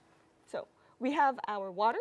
You're going to balance both of those buckets in your hands along with the book on your head. Are you ready? I guess. As a captain, you have to be really good at balancing, right? We'll see. Oh, we'll see. All right. Yes. Begin, and then I'll give you a couple of other instructions. Okay. That's really heavy. Okay, now I'm going to put this on top of your head for you to balance. All right. Now, you got to balance it, walk back and forth just a little bit, and announce as if you're a captain of this water ship. Oh, okay, good. Afternoon, ladies and gentlemen. My name is Nguyễn Đạt. I'm your captain speaking. Welcome aboard on this IELTS Face-Off flight today. And flying with me this lovely afternoon is my co-pilot, beautiful, sexy Phoebe, Trần. And today, our flight time is going to be 30 minutes. And hopefully I can hold it, in the next 3, not for the whole flight. Okay, now is the time for the co-pilot to give the pilot instructions. Okay. The co-pilot saying the captain should be turning around in 2 circles, Well, clockwise. normally I would be the one that gives you command. But because you're a beautiful, confident woman, I'll give you this one. I think you just completed half. You have one more. You gotta do one more time. If you're gonna do one more time, you have to do it on the other way. Fantastic. Okay, now the final challenge is for you to maintain the balance and put the water down and get the book off your head while announcing to the crew. Cabin crew, prepare the cabin for landing. A soft landing. Yay! I did it. What did you think of that exercise? It's actually not that difficult. No, right? No, I'm you sure- should try it. Maybe you should try it for fun. Come on. Shall we? Yeah, let's do one turn. Okay. Up. All right, so now I'm the captain. Yes. And you have to say the welcome speech to the All right. IELTS Face-Off show. Right. Oh my God, okay. You got 5 seconds. Start Ladies now. and gentlemen, welcome to the IELTS Face-Off flight. This is your captain speaking. Do one turn. Today, we're flying over China, Hong Kong, Macau. The temperature looks good and it's a little bit windy, but just fasten your seatbelts, stay calm, and we'll get you through this flight as safely as possible. Sit back, relax, enjoy your flight. Oh, beautiful. Bravo. Woo. Oh, okay. I got it. Yeah. So I'm still a good one. Yeah, you're still good. Okay, so I like this game, and I think it's so fun to have you here today. Can you come back next season? If I can arrange it, yeah, sure. It has been great fun with the There's- IELTS Face-Off. There's no if in IELTS Face-Off. IELTS Face-Off is about yes or no, or I will definitely try to make it happen. All right, so I'm definitely gonna make it happen season 4. Okay, so you've been recorded and you made a promise. All right, so nice to see you here today. Next, here comes to IELTS on the go. Let's say hi to Khanh and her journey to Hạ Long City. In this episode, we have 2 young boys from Hạ Long High School for the Gifted. One of them will be challenged with the real-time speaking test, facing off our IELTS expert. But first, let's get to the studio to meet our IELTS expert right now. Every episode, we definitely need to have the IELTS expert to come in and share with us tips, of course, and advice on the IELTS exam.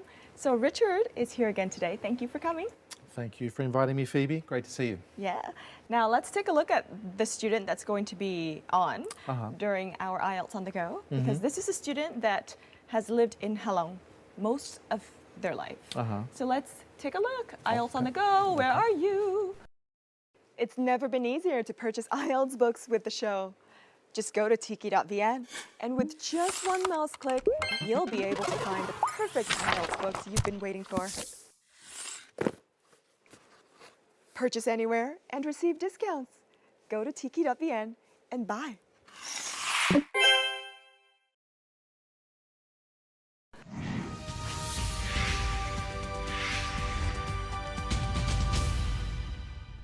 Hey guys, today I am joined by two lovely students from Hạ Long High School for Gifted Students, and welcome on board the H team. All right, would you mind telling us more about yourself? Hi everyone, my name is Hoàng Việt Hưng. I am 17 years old and I'm from Hạ Long High School for Gifted Students. Hey guys, my name is Phạm Minh Hiếu. I'm 16 years old and I'm class 10 of English, Hạ Long High School for Gifted Students, of course. Okay, welcome to IELTS Face-Off. Thank you so much for taking me to this cool place. So I want to ask you guys, when did you guys realize that you are good at English compared to other subjects? Back when I was about in grade 3, my mother realized that I like to watch cartoon in English. So a friend of her who is an English teacher decided to teach me. So she taught me from grade 3 to when I was in grade 5, and the life just go on, and I will start learning English until now. Wow. So you watch cartoon? Yes, I watch a lot of cartoon. What is your favorite one? My favorite one probably be Phineas and Ferb. Phineas and Ferb? Yeah. All right, later on we will have some duet with Phineas and Ferb theme song. All right? Okay, that is amazing. Okay, how about you? I don't really think that is called good at, because when I was in primary school, I'm bad at every single subject, and I find that the least difficult subject is English, so I started learning. Yeah. When you feel like English is the least difficult subject, it means that you're good at English. I heard that you learn English from playing games. How is that? Well, I play games a lot, and I play it as international server. So I met a lot of other people, other players from other countries. English is the most popular language, so I started to communicate with them by English. So that's made me better in speaking and listening. Wow. How long have you been learning English from playing games? I started learning English from playing games from about grade 4 until now. Grade 4 until now, like a couple of years. Wow. Which skill do you feel the most confident of? I will be focused on listening and speaking. Yeah. So would you mind giving us one tip in terms of speaking? Just speak a lot. Find your friends and ask them to speak English with you. I agree. The skill that I'm most confident at is listening. Listening? Yeah, because I've been listening to English since I was really small. Listening to cartoon, so it helped me to listen better. So would you mind looking at the camera and give the viewers one small tip to improve their listening skill? To improve your listening skills, I think that you should listen to the tapes and the music again and again until you can completely understand what the speakers are saying. All right, thank you. Okay, so before we end the show, I have one thing to tell. That is, when you come to IELTS Face-Off, IELTS on the go, one of you will have a chance to take an IELTS speaking test with the show. And who will that be?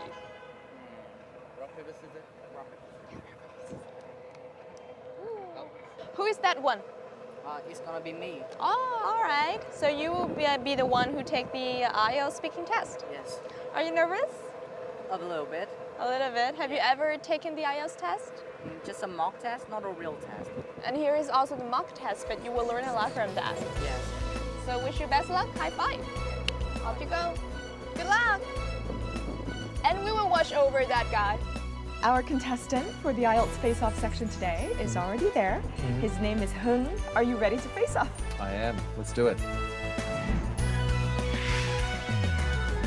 We have the name of voice of this week, Việt Hưng. You are surely looking forward to checking out his performance.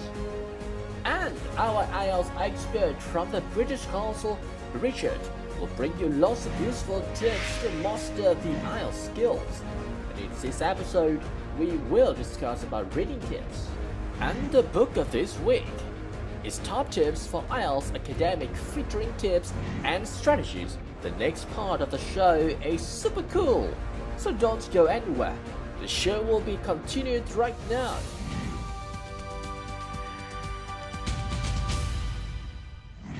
Hello, my name is Richard. Can you tell me your full name, please? Hi, my name is Hoàng Việt Hưng. Now let's start with part one. Why do some people prefer to eat alone? Well, in my opinion, some people like to eat alone because, for the first reason, they can enjoy themselves more, they can read books and play games, do anything that they like without annoying the other people. The second reason is that they can choose whatever they like to eat without worrying that the person who eat with them do not agree. Now let's move on to part two. I'm going to give you a topic, you'll have a minute to think about it, and you can make some notes about that if you wish. I'd like you to describe your idea of a vacation away from home.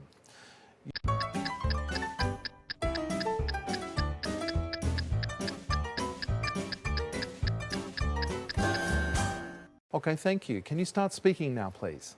Two of my favorite hobbies are traveling and trying different cuisines in different places. So my idea of a vacation is a food tour around 3 famous cities in Vietnam. They are Ho Chi Minh City, Da Nang City, and Hội An City. I've been planning this vacation for a really long time. However, for some reason, I'm not able to do it. Like my learning schedule, and sometimes my parents decide that I'm not mature enough to go on my own. A lot of people say that going with companies is an excellent way to enjoy a holiday. Therefore, I decided that I will go on this trip in my first year of college with my classmates. Why? Because classmates, they share the same interests, and they always want to have this vacation for a really long time.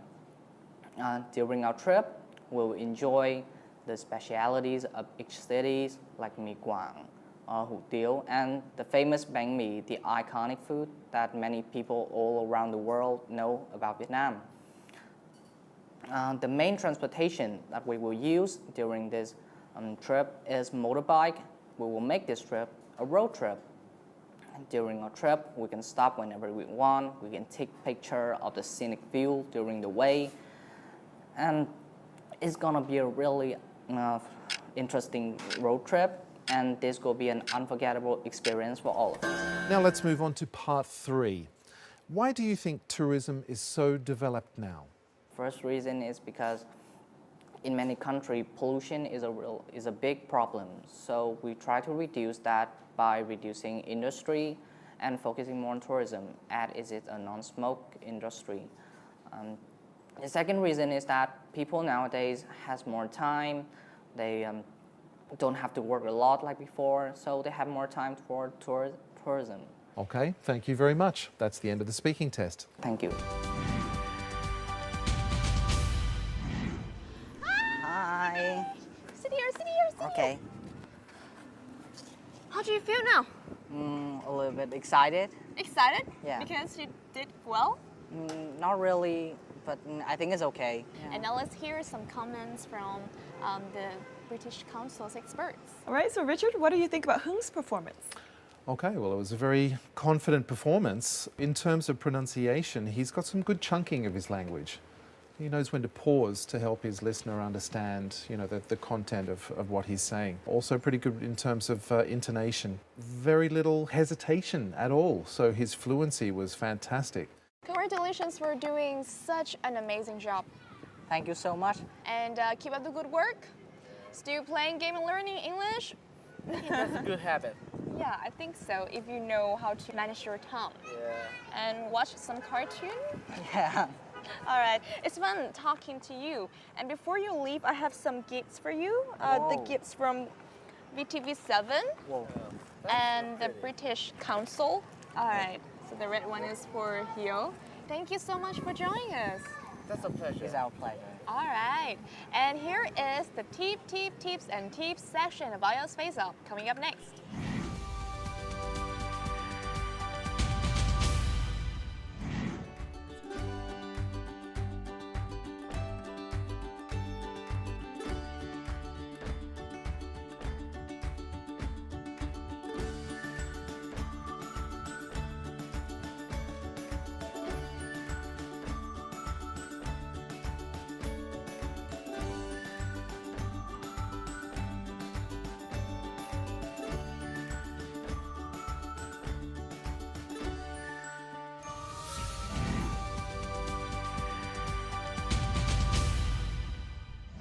So with every tips, and tips section, it will never be complete without an expert advice. So what is going to be a reading tip for this week? A reading tip for this week, we're talking strangely enough about translation, which for some people is a controversial kind of idea, but it can actually be very useful. The suggestion that I often make is that you have a reading text that's interesting for you or you want to use later, translate it into your first language, put the translation and the original away for 1 week. After a week, take your translation and then untranslate it back into English. After that, take a look at what you've written and only then compare it to the original. And this is the quickest way for you to see where your English varies from the original text. Great way to find those collocations, great way to prepare model writing tasks for IELTS as well. I think that's a very, very interesting idea. Now, talking about the global experience, talking about being a globetrotter, do you have any idioms to share? Any port in a storm. Yeah. You know, when things are not going so well and you just need to find a little safety somewhere and it really doesn't matter where. Any port in a storm is the expression to use there. Oh, fantastic. Love them. And of course, always, every week we have book suggestions for you. And here is this week's book suggestion.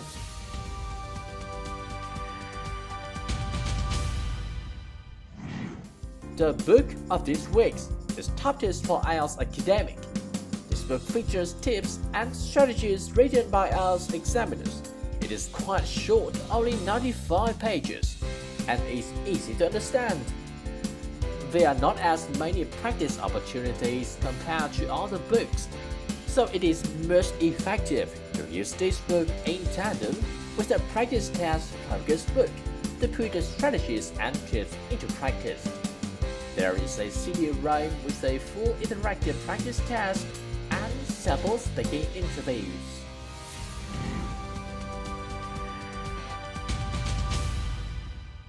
So if you're wondering where you can get those books, if you've been following our show, you'll know to find them online. A great site to look for these books is tiki.vn. Go there, search for the book name, get them delivered to your doorstep.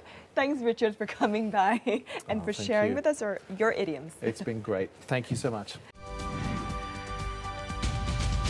Well, a plane has definitely taken our guests far and wide today. But even though you're not a pilot or a captain, you can be the captain of your own ship, and the world can be our oyster.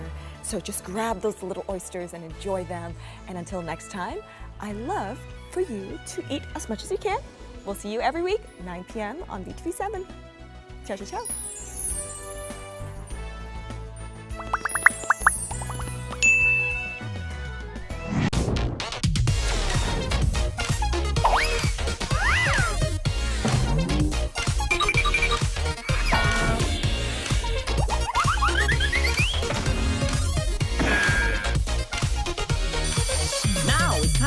Study IELTS.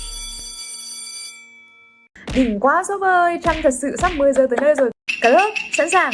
Đỉnh quá Reup ơi, Trang thật sự sắp 10 giờ tới nơi rồi. Cố lên nào cả lớp ơi.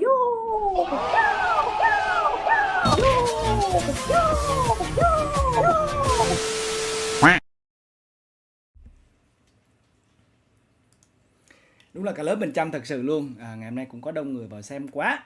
Và các bạn cũng Mình đã thấy là nhiều bạn cũng thắc mắc không biết tối nay admin là ai.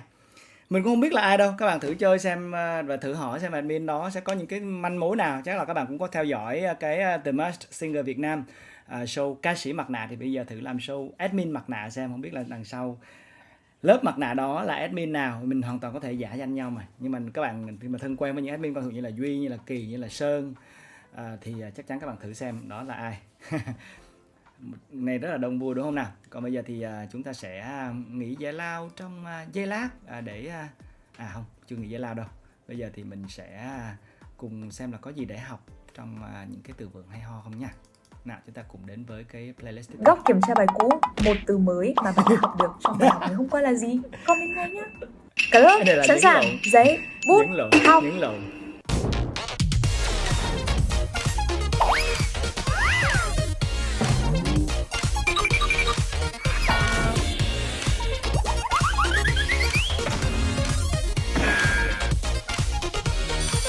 Now it's time to study IELTS.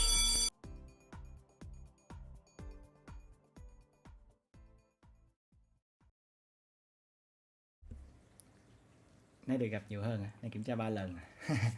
Thì cứ viết lại cho nhớ, nói chơi vậy thôi chứ chúng ta sẽ cùng đến với cái video mà bữa trước cũng bị một số vấn đề trục trặc về kỹ thuật mà chưa thể phát với mọi người. Nhưng mà cũng tranh thủ để chào các bạn Đàm Tiến Vũ nè, Bảo Trần nè, Phương Anh nè, Mặc Cả, Trịnh Quang Trường, Nguyễn Xuân Toạn, Phạm Hồng Vân. Hôm nay Vân đi ngủ sớm ha, chúc Vân ngủ ngon, chắc giờ đã đi ngủ rồi. Hello Trinh Grace. Hôm nay đông người xem dữ mà dạo này là mình hay xong sớm. Tại vì là các bạn cũng có nhiều bạn đi ngủ sớm á. Cute sweet, ủa bạn cái gì vậy trời, sao nhiên có nhiều đứa vô comment kỳ cục sự phân khúc trong ngôn ngữ. Dạ chào các em, chào Phạm Phúc An, chào Đàm Tiến Vũ. Tăng đạt đỉnh tiếng Anh là gì? Đó, dạ chào Đặng Thị Anh Minh, chào mọi người. Hôm nay là cái tập mình rất là thích. Quang Đạt nói về Club Trotters, tức là những cái là một người mà rất là thích đi du lịch á, kiểu như chân có bị ngứa đó cho nên đi du lịch nhiều á.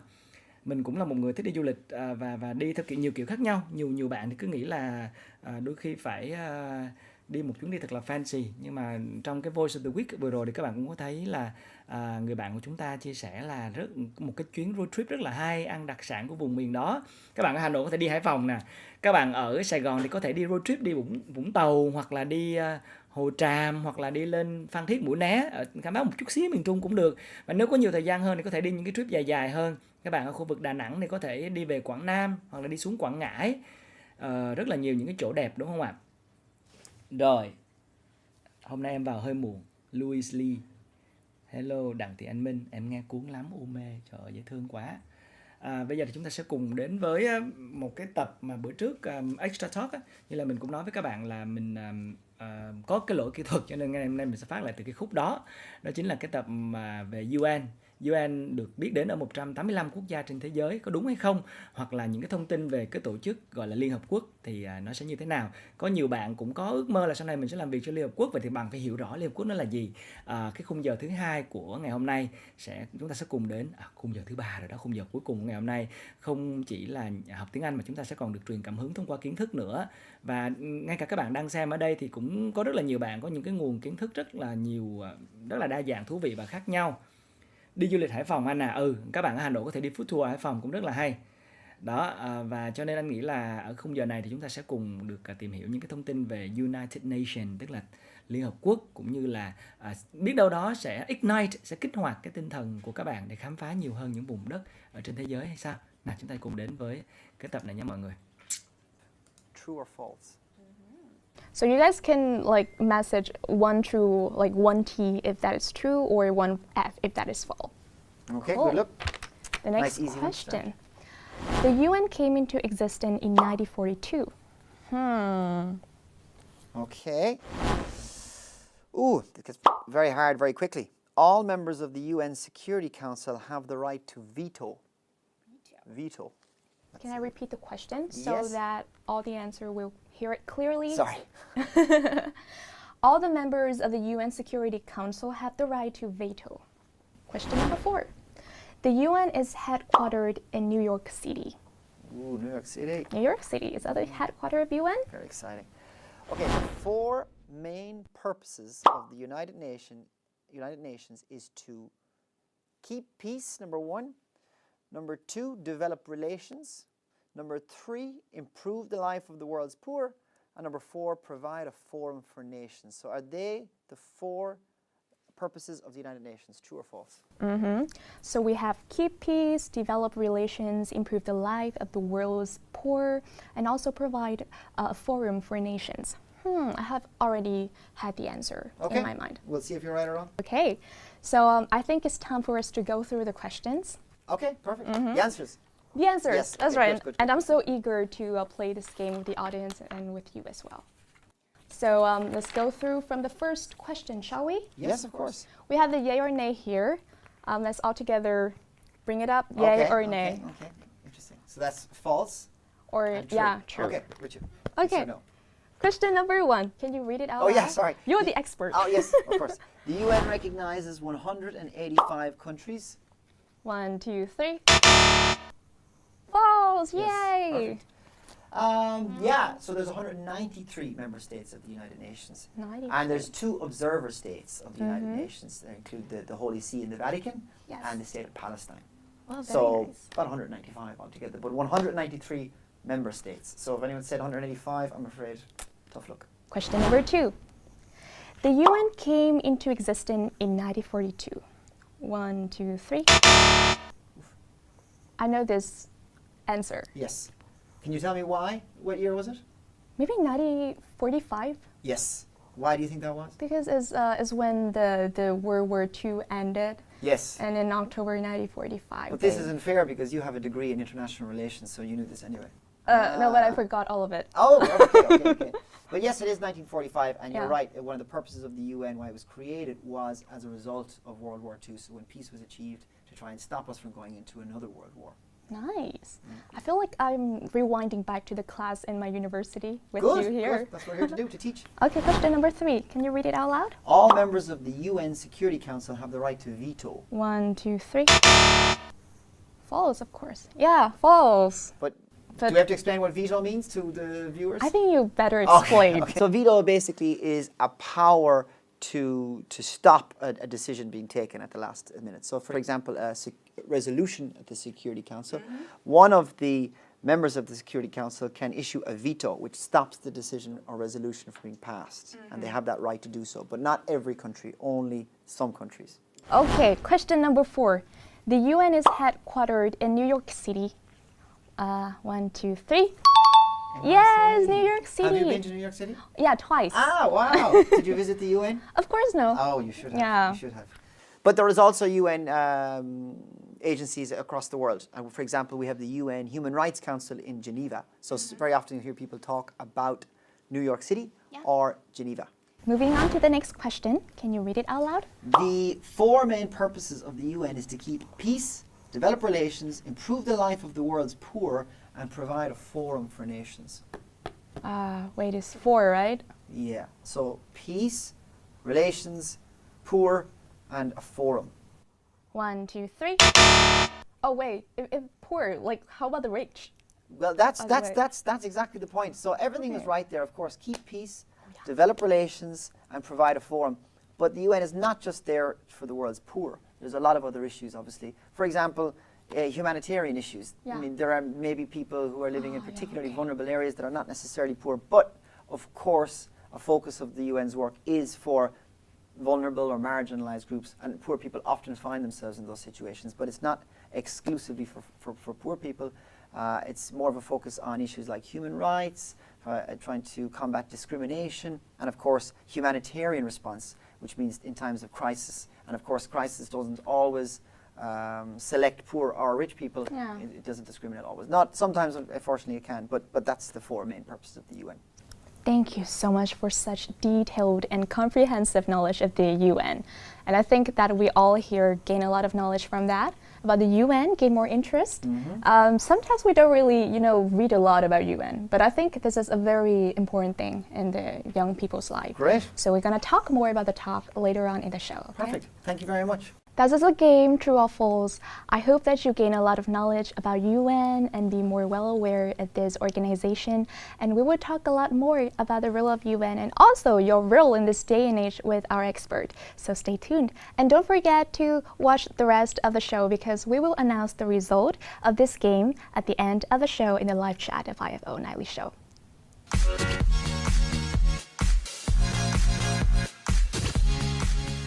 So how long have you been working in UNDP Vietnam? I've been working for 4.5 years with UNDP Vietnam. Yeah, and it's been a great experience so far. So what do you think, this year Vietnam has just assumed the presidency in the UN and a lot of political milestones.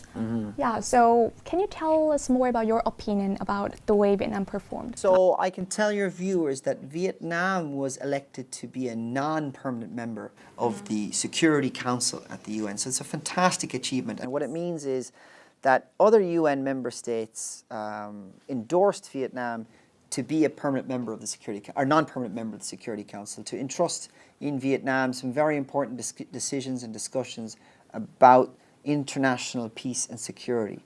And that really is a reflection on Vietnam's performance in recent years and being very globally integrated and setting a good example for promoting peace and international security and sustainable development. So it's a wonderful achievement. And in the month of January, Vietnam assumed the presidency of the Security Council, and it was again a wonderful achievement and something that Vietnamese people should be very proud of, and of course the government should be very proud of as well. Of course, the things that were challenging, as you can imagine, if you remember what happened in January. Yes. Yes. Like we're so happy about that. Yeah. Well, I mean, what happened in January? Well, when they became president, you know what else happened in January? What happened globally? Corona. Exactly. So Vietnam had, of course, the same with any other country in the UN, a challenging time to raise some of these other very important issues because a lot of countries were focusing on dealing with Corona, dealing with COVID-19. So they've had some real challenges in that regard. Even now, countries continue to focus more internally and less on what we call issues related to multilateralism. How about, the policymakers in Vietnam with that political journey? What challenges and what are the opportunities that the policymakers in Vietnam have to navigate? I think, it's of course, as I mentioned, COVID is going to be a big one in the next year. So in their final year, countries are still continuing to struggle with COVID. And while Vietnam is continuing to take great leadership or show great leadership, other countries continue to struggle, and of course that means their attention the other countries' attention may not always be on these other important issues that Vietnam is trying to drive forward. So that is a challenge. But of course, as I said, there's an opportunity there because Vietnam has handled the pandemic so well. Yes. People are looking up to them now, and they are cooperating and partnering and listening to them. And so they have a new leadership role on the global stage, and especially built on how they've combated COVID, and also how they've handled issues related to combating poverty or ending poverty. But of course, the challenges for the policymakers is that when you push yourself out onto the global stage, people scrutinize you more. They look at maybe, of course, what you're doing well, but also what you're not doing well. And this is, of course, a challenge for policymakers to get a balance where you drive forward what you're achieving and what you're doing well in, but of course you reflect carefully and continue to work and improve on what you need help for. And of course that's one of the important roles of the UN, to step in and offer these types of support. Yeah, but we really believe in the policymakers of Vietnam. Good. So how has the UN aided Vietnam in, prospering the peace and also the human rights? I think, I think you've said it well there, aided, because, obviously the work of the UN is just to support and facilitate very important things that Vietnam is already doing. And, we were just speaking before about, we enjoyed an anniversary as UNDP in 2018, 40 years of being in Vietnam, so since 1978. So we've been here a long time, and they've seen a lot of changes, and a lot of my colleagues have been here a very long time. So one way, of course, is to connect Vietnam globally and to connect Vietnam with international experts in other countries on different issues, and we do that, and we're continuing to do that, and we're seeing more and more Vietnamese people going overseas, taking the important lessons of Vietnam to other countries. And also we provide a lot of technical advice on the ground here. So again, international staff and national Vietnamese staff working at the UN. I think that can be sometimes people don't understand that the UN in Vietnam is mainly, of course, made up of Vietnamese people, and with a lot of expertise on a lot of important issues, on human rights, on the environment, on reducing poverty. And they've continued to work very closely with the government, offering them technical advice and some guidance. Also with NGOs, as I mentioned, they play a very important role in monitoring the development of Vietnam. And recently businesses are playing a huge role now, and they can have a really big impact. So the UN is also looking very carefully about how we can partner with businesses that are really behaving themselves and contributing to development, but also looking at those businesses that are not behaving themselves and seeing how we can look to prevent them from damaging further sustainable development in Vietnam. So that's pretty much aid from UN to Vietnam. Yeah, so apart from the Vietnam success in presidencies in the UNSC, how has Vietnam contributed and strengthened the UN's mission? One will definitely we should mention is that, the UN, and when we say the UN, we don't mean that the United Nations, like people like me did this, we set these goals. It was actually a very participative process, and countries like Vietnam proposed what types of goals we should be achieving. And one of the goals that we previously achieved from the last time we set them was to halve global poverty. And Vietnam, between the years of early 90s until 2015, when the last Millennium Development Goals ended, Vietnam made huge contributions to reducing poverty here in Vietnam. And of course that's very important for not just Vietnam but for globally. When another country is not doing well, we're interconnected, so it's felt by other countries around the world. We don't just live in isolation, we're very much interdependent. So that was a very important contribution and continues to be. So on the back of that now we see a lot of people looking to Vietnam for lessons about how Vietnam was able to make such important progress on reducing poverty. And they're continuing to do that. I think you mentioned as well, of course, on peacekeeping. And Vietnam has an excellent reputation at the UN in terms of the training and quality of peacekeepers it provides overseas. I think you'll hear more later on that, but I think that's another very important contribution. And the last one I'll mention is the contributions can be both positive and negative, and that's one of the important things about the UN. It's said before that from former Secretary General of the UN, Dag Hammarskjöld, about the role of the UN is not to take us to heaven, but to stop us from going to hell.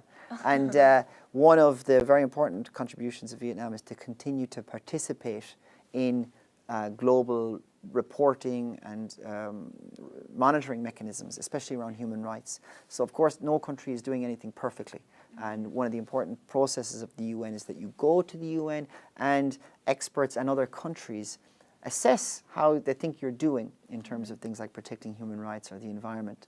And last year Vietnam went to one of these processes and received over 200 recommendations from other countries about how they can improve their human rights record. And Vietnam as well participates and gives recommendations to these other countries. But every 4 years it does this, and of course just participating in that process is very important. And they come back to Vietnam and then work on implementing the recommendations that they've received and accepted. And I think that's a very important contribution to keep these systems of the UN alive and working, and to participate them very positively and enthusiastically, I would say. Yeah, I think that the young people also plays a very important role. So what do you think how do you think about the role of the Vietnamese young people in keeping the UN's mission? Yeah, I mean, young people have been, when I first arrived here, I was amazed by the energy of young people, and very committed and always trying to get involved and contribute and participate. I think there's a bad reputation from young people around the world where they say they're stuck on their phones and they're lazy, but not from what I've seen here. Yes, they're stuck on their phones, but I see a lot of engagement and activity and interest in working on these issues. I think you mentioned one earlier on about waste. and the environment, and that seems to be one that gets young people very excited and interested. So I've been really impressed. We worked a lot with young people, and I used to be a youth focal point for UNDP in Vietnam, so I had the opportunity to work with lots of young people. And one of the things we did was we worked on a survey of young people in Vietnam, and over 7,000 young people we surveyed from all 63 provinces in Vietnam. And we asked them, what are the major challenges you think we face in the next few years that you think need to be addressed? And it was great that the number one response was education. And I think that's really important for young people in Vietnam, the education and to build their own education. But not in a selfish way. It's very clear that what they want is education for everyone and for people to be educated on how they can support and help other people. So I've been very impressed, and I think what you're going to see in the next 10 years that the UN has set the goals to be achieved by 2030. So a lot of the young people will say that are young now are going to be taking up very important positions in the next 10 years. And we really need these goals achieved. Otherwise, as we say, we don't have a planet B. It's either this planet or we're in trouble. So I think these young people are going to be taking up very important positions. And I think one thing about young people is that it's not just in the future what kind of role they can play, but right now what they can do. And it's great to say that young people are really active, interested, but I think they need even more support and even more effort to provide them with roles or to allow them to turn this energy and interest into positive contributions. And I think as people working in media or people working in the government or the UN or in schools, to think about not just teaching young people and preparing them for the future, but getting them involved in activities now, because we may not have much time as it turns out, so we need that quite now, and the young people are ready in Vietnam.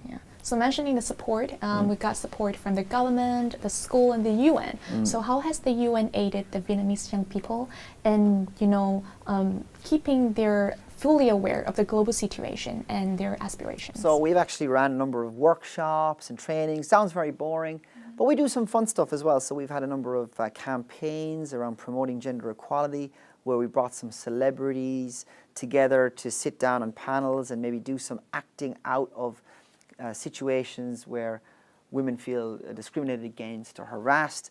And these are ways of just creating awareness among young people with these types of campaigns.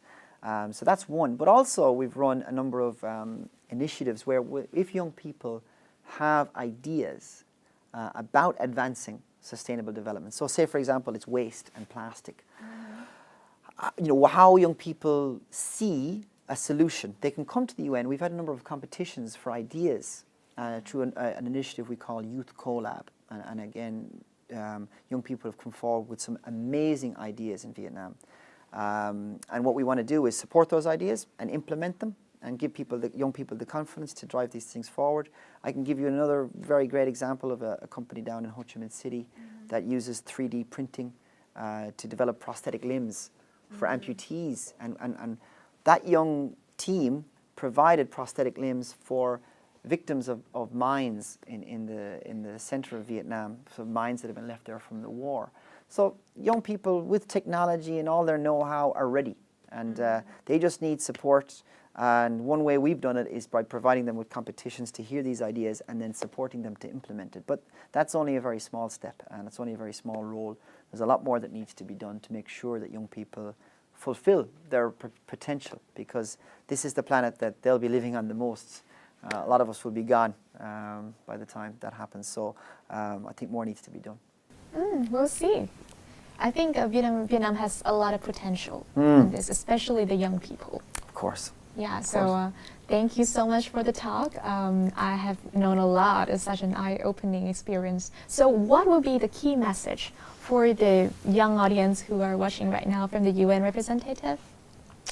I think the key message is, despite your studies, despite your commitments to family and friends, of course, these are all very important. I think sometimes young people can put off getting involved in these things until a little bit later when they've finished their education. But I would say, even if you're in college and you're busy with your exams, try and find ways to get involved in initiatives, to volunteer, to increase your awareness on these issues. You don't have to delay. The time is now, and really the UN is calling the next 10 years the decade of action. And we need to move much more urgently, much more effectively on some of these issues. The time is running out. I can tell you that last year, in 2019, of these 17 goals that we set, that UN was set with the member states, we were not on target to reach any of them in Asia Pacific by 2030. So this is very alarming, and I think you really have to, of course, we don't want to put all the pressure on young people because, you know, older people need to obviously play an important role in that as well. But for young people to really play your role, you need to explore opportunities to get involved however you can. There may not be much opportunities later in life. You never know what's going to happen, so take the time now and don't waste any more time. Get involved, increase your awareness, go onto the UNDP Facebook page, ask us questions about how else you can do it, because we fully support any efforts of young people to get involved in these processes. Yeah, thank you so much. Get involved, go to UNDP Facebook, social media, raise your awareness, because you are the key to the sustainable development. Coming up next will be the talk with a very young, special, unique, talented woman. We're going to talk a lot about peacekeeping, about UN, so stay tuned.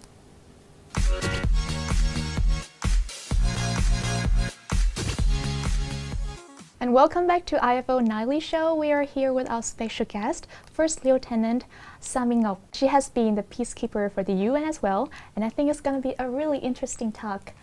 Hi, and thank you for joining us. Yes, how are you? I'm good. You have a perfect outfit. I love it. I love it. That's amazing. Okay. So could you tell us more about yourself? Okay, so currently I'm the staff officer of Field Support Division of Vietnam Department of Peacekeeping Operations, and I just came back from the United Nations mission in South Sudan. Yes. Wow, that's amazing. So how long have you been working as a peacekeeper for the UN? So I joined the Vietnam Department of Peacekeeping Operations since 2015 and deployed to United Nations mission in 2018. And I just came back like almost 1 year ago. Why did you choose to join the military courses? So I was born and raised in a family that has a military tradition. And so after I graduated from university, I came back to Vietnam and decided to join the army to follow my dream. So you study business administration, yes, right? International business and management. Oh, so you study international business and management, and then you turn to become a military. Yes. Wow, so you have to take part in the course, right? Yes, can you tell us more about military commissioner officer course. It lasts for around 3 to 6 months, depends. So it's compulsory for us who want to join the army that has already have a degree background. Yes. So it's just like a couple of months. 3 months. 3 months. What did you learn there? So we learned everything about the army, Vietnam People's Army, and everything that we need to know to become an officer. It was very interesting because it's always been my dream since a little girl. Wow. So yeah, I get to know a lot of knowledge and experience also. So you have been working at Vietnam Department of Peacekeeping Operations since 2015. So what keeps you interested in the profession, and can you share more about the job? Okay, so back in 2015, the department was called Vietnam Peacekeeping Center, and only until 2018, it was upgraded to Vietnam Department of Peacekeeping Operations. And I have to say that joining the United Nations Peacekeeping Force gave us the chance to support the international humanitarian assistance within our capacity, and from which promote the image of Vietnam and Vietnam People's Army to our international friends, and also is playing a part in that process is something that very wonderful and rewarding for us. That's what keeps us interested in the job. And up to October 2020, Vietnam has sent a total of 172 officers and staff to United Nations Peacekeeping Mission, and also to work at the UN headquarters in New York. And among that 126 officers are from Vietnam Level 2 Hospital. It's the contingent that we deploy. So can you tell us more about your responsibilities as a peacekeeper in the UN? Like, what did you do, or what makes you want to become a peacekeeper? So actually, my job in the Vietnam Level 2 hospital is I work for the board of command. So I'm the admin officers and in charge of the ops room. So basically, it's the information center of the hospital. So what I do is I need to keep the information and report to the UN and also back to Vietnam leadership. So basically, that's the job of myself and also the hospital, because I work for the hospital at that time. So we provide the health care for the United Nations personnel that working in the mission. So have you ever thought that gender is a difficulty for you to become a peacemaker, keeper in the UN? No, actually the job, there is no difference between for the gender, so it's gender equality in our armed force. And also you know that our nations is a peace-loving nations, and we struggle recently for the freedom, for the independence and freedom. So the more we cherish and are proud of our history, the more we deeply perceive that everyone over the world can live in peace, prosperity and happiness. And joining this job, like I said, make me have a chance to do whatever all I ever wanted.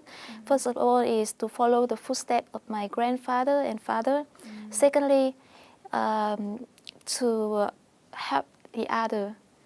You know that both in individual officers or in contingent, so Vietnam women peacekeeper participated in a high ratio. And we also know that we are holding the mission, the nation missions, that to promote the image of Vietnam People's Army and also the image of Vietnamese women in our international friends.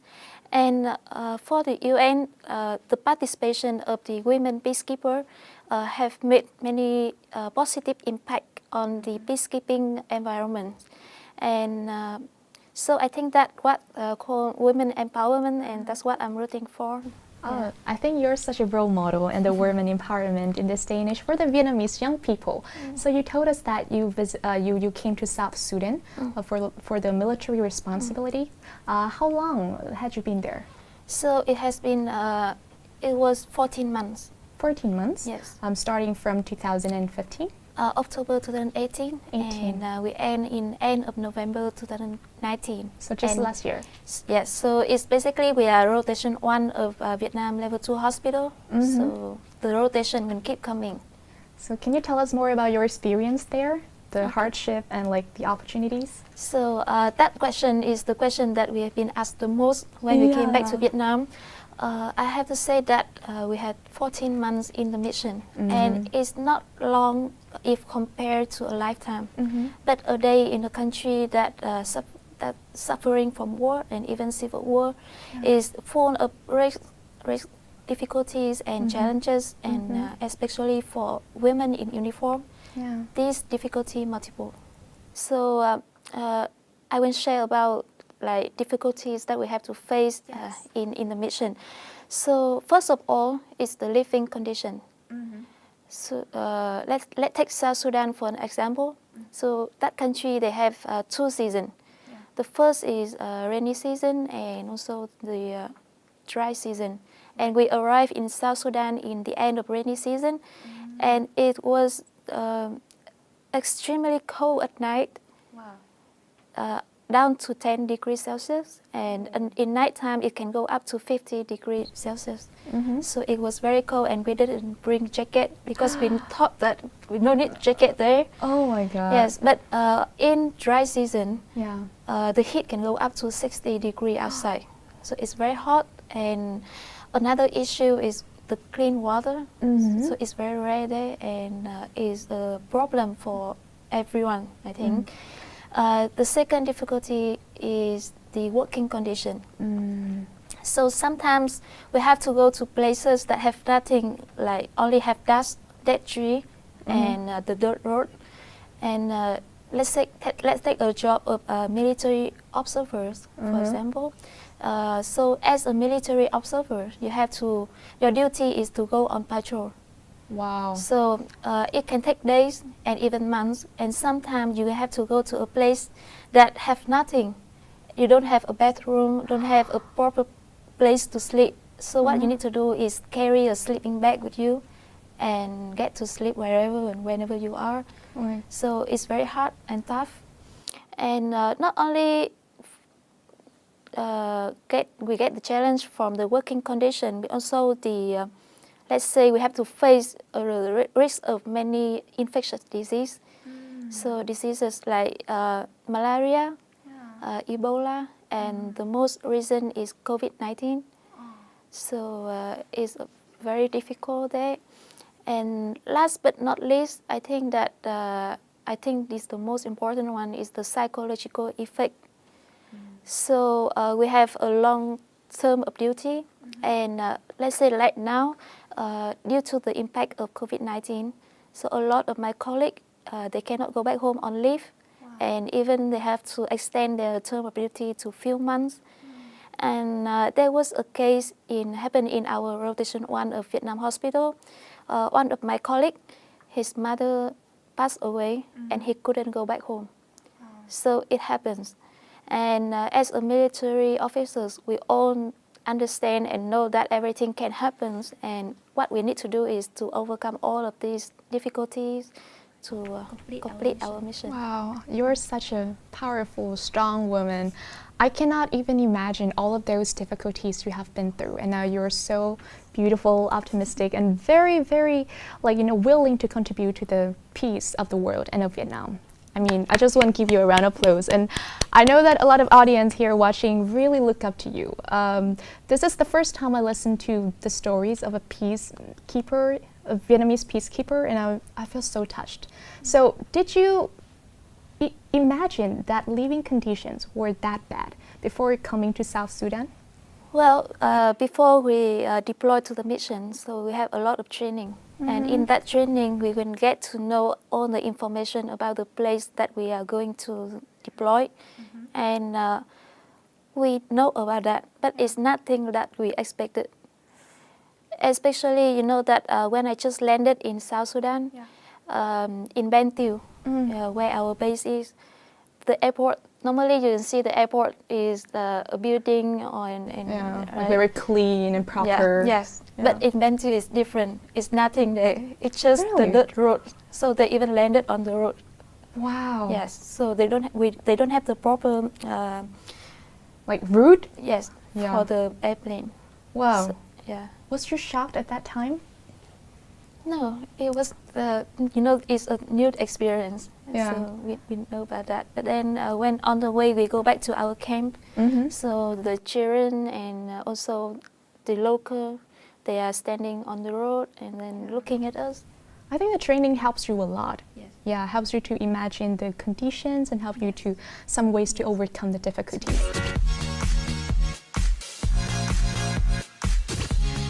Welcome back to IFO Nightly Show. This is a special edition where we're gonna celebrate 75 years of UN, and we're here in the studio with First Lieutenant summing up. And after the talk, we're gonna play a game. I love this game a lot. This is called Catchphrase. So the production crew has prepared so many words about UN. Of course, you know a lot more than me. I think I might be a loser in this game, but it doesn't matter because I really love playing the game. And do you like playing games? So I'm first? Yeah, I think you should be the first one. So this is 2 words. The first one, male, female. Male, female, gender. Okay. The second is balance. Gender equality. Yes. Yay! Okay. Thank you for explaining it so well. My turn. Another name for people? Human. So we have a department in UN. Human rights. That's right, human rights. Yay! It's not difficult, right? Yeah, I hope so. Okay, this is difficult. This side. 2 sides? 2 words. So it's 2 words. So the first one, this side. 2. Left. No. Right. No. It's not victory. It's another word. This sign is hi. No. This one, it's a sign of peace. Yes. Yeah. And the second is another word for Peacekeeping. no, like the hope, the house. The hope? The house, another word. Building? Yes, so that's two words. Peace building. Yes. Yay! Peace building. Nice. Okay. Yeah, a little bit lightly more difficult. Can I change? I don't even understand that. Oh, this one, oh my god. It's a common phrase, but it's hard to explain. So when I say something and you say, ah, it means you...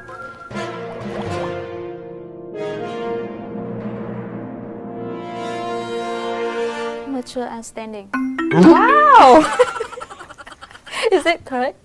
That's right, mutual understanding. You know me so well after the first time meeting. Okay, let's see. So we have the so series Republic of Vietnam, Independence, and Independence. The next word. Can I say in Vietnamese? Độc lập, tự do, hạnh phúc. Một từ mới Independence. Trong bài học ngày hôm qua là gì? Comment ngay nhá. Freedom and happiness. Yes. So freedom. Yes. Yeah. What do you think about our game? I think it's quite fun. Yeah. I never played before. Oh, really? So I watch a lot of people playing, but I never be a part of it. Oh, congrats to the first time. You did a really Yes. good job. And I think that a lot of audience also know a lot of words and ideas of the UN. Yes. The focus of this talk show. Yes. So here comes the questions from our special guest, Miss Sa Minh Ngọc. So do you have any questions for the audience so that the audience will send the answers to the mobile phone right here on the screen of the show? Okay. So I will have two questions for the audience. Okay. The first one is, how many times does Vietnam join as a non-permanent member of UN Security Council, and list the periods?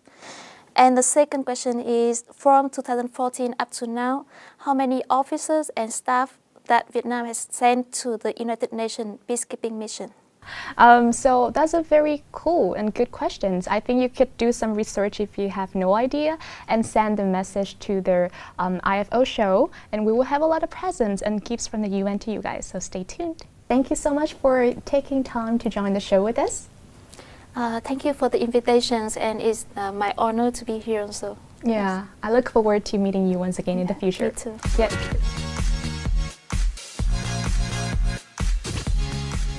Welcome back to the show. We are welcoming back Mr. Sean, the UN representative who works in the Human Rights and Rule of Laws Department in Vietnam, UNDP. So as you told us earlier, that UN has a lot of support for the Vietnamese young people, and one of them is via competition. So can you tell us more about the competition? Absolutely. So this year is the UN's 75th birthday, or anniversary, since 1945. So to celebrate here in Vietnam, we are hosting an essay competition. So young people are being invited to submit a short essay on the contributions of Vietnam to the UN, and we have a range of prizes for the best essay competition. The deadline for the essay competition is the 22nd of November at midnight, and you can find all the information you need on the VGO Facebook page. That's the Vietnam Global Outreach Facebook page, or UNDP Vietnam Facebook page for more information. How about the interesting prizes? Well, the first prize is, which I think is going to be very attractive. Oh, actually, let me start from the back. The fourth prize is cash. So money for your essay competition, or for your essay submission, which is great. The third prize is to join an overseas volunteering program in Thailand. So you get to put into practice working in international development and working overseas with other people from around the world, including in Thailand. Sounds amazing. Second prize is another opportunity to work overseas on a volunteering trip, this time to Korea. Again, the opportunity to learn and to meet people from another country and to put into action sustainable development. And the number one prize, which is of course the headline prize, is you get a chance to work with me at UNDP for a 6-month internship for the best submission, best essay with UNDP here in Hanoi. That's amazing. I think so. Grand prize. Yes. I think the winners will have a lot of chance to learn. So who will be eligible for the competition? Who's eligible? We're looking for people, students mainly, but anyone who has graduated in the last 2 years. So if you graduated in 2019, you can still submit an essay. If you graduated, of course, this year, you can submit an essay. And if you're still in university, you can submit an essay. So there are the rules. More information is on the Facebook page, as I said, Vigo or UNDP Vietnam Facebook page. So And I strongly encourage you to apply. We have a great team. We have great fun in the office. We work in a beautiful, one of the most environmentally sustainable buildings in Vietnam, here in Hanoi. And also, the intern is going to have a chance to go and visit one of our project sites in Vietnam. So maybe up in the mountainous areas or in Mekong or in the center of Vietnam and learn a lot and hopefully have a chance to contribute to the work we do here in Vietnam. But yeah, we encourage you all to take part in the competition because I believe this is going to be an eye-opening experience. Even if you don't win anything, you still gain a lot of knowledge from your research. And yeah, that's Yes, and all the submissions are made in English. Wow, a great time to learn English as well. It is time that I don't really want in the show is when I have to say goodbye to our special guest, and I have to say that we had a really fun time talking with each other, and I do believe that all of those information are useful to you guys, especially the young people. So can you say something in Vietnamese to say bye to the audience? Okay, I can say cảm ơn các bạn, tạm biệt. Yeah, thank you so much. A very cute Vietnamese. Thank you everyone for watching the show, and stay tuned for the next episode of IFO Nightly Show. Bye. Take care.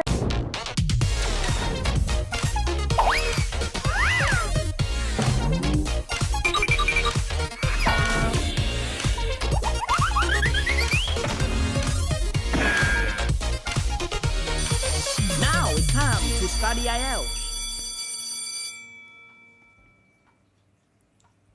Các bạn thân mến, vừa rồi thì chúng ta đã vừa đến với cái tập về UN, và mình tin chắc rằng bên cạnh những cái từ vựng mà các bạn sẽ thấy rất là cần thiết cho cái vốn sống của mình, thì những cái kiến thức về thế giới, kiến thức liên quan đến những rất là thường thức như là United Nations, Tổ chức Liên Hợp Quốc cũng là một trong những cái vốn sống và hành trang. Mình nghĩ là các bạn cũng sẽ cảm thấy là may mắn ngày hôm nay mình xem và mình sẽ có được thêm những cái thứ mà mình biết để có thể chia sẻ cùng với mọi người.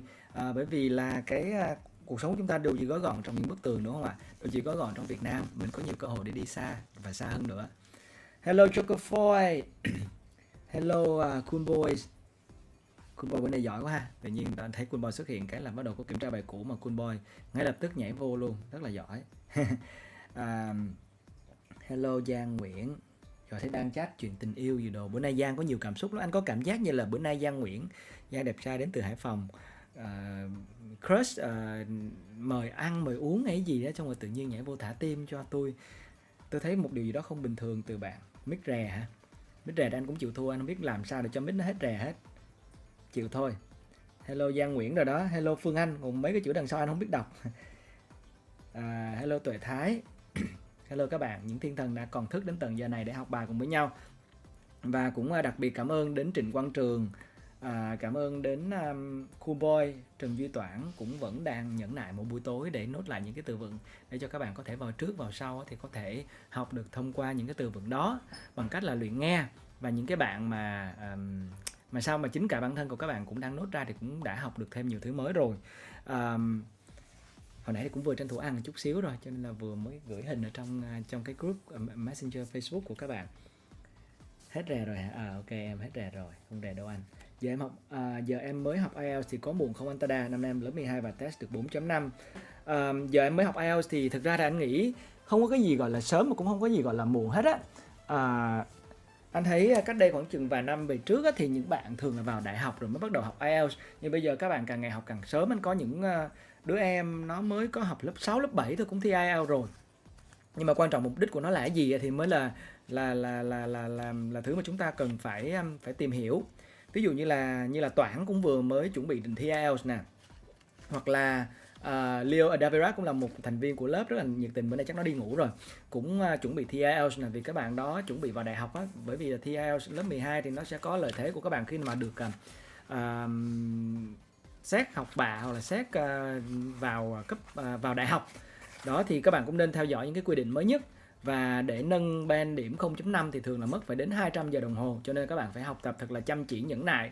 Anh mong rằng bạn Nguyễn Thành Nam sau khi hỏi câu này xong thì nhớ là phải học nha. Tại vì cũng có rất là nhiều bạn hỏi câu này nhưng mà không bao giờ học. Có những bạn vào hỏi là ủa này là giải IELTS hay là giải tiếng Anh, sau đó thì cũng không bao giờ quay trở lại. Nói anh hy vọng là em sẽ có được cái ý chí để có thể vượt qua được cái mục tiêu em đề ra. Hello, donate cho anh mua mic mới.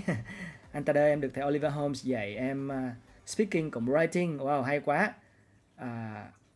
Speaking và reading hả? Thầy Oliver Holmes là một trong những giảng viên rất là dễ thương, rất là nhân hậu, nhất là nhân hậu luôn, rất là nice luôn. Cho anh gửi lời say hi nha, from the showrunner of IELTS Face-Off. Vô nghe đôi khi chủ động cũng tốt, đúng rồi, bởi vì anh thấy như là những bạn như là Trường hoặc là Toản bọc lót cho nhau rất là kỹ. Các bạn cũng có rất là nhiều deadline nhưng mà cứ mỗi một buổi vô tự nhiên nó thấm lại á. Và có một cái Google Docs mà các bạn ở trong lớp này cũng đã thực hiện mỗi buổi tối và chia sẻ với nhau. Mỗi bạn sẽ update thêm mỗi ngày. Cái Google Docs này nó sẽ như là được đăng tải ở trên cái group học IELTS không khó của IELTS Face-Off, và cũng có một cái group chat riêng nữa. Đó, cho nên là các bạn có những cái vấn đề thắc mắc gì thì cứ thoải mái hỏi nha. Đó, em muốn nghe tới ngày hôm sau.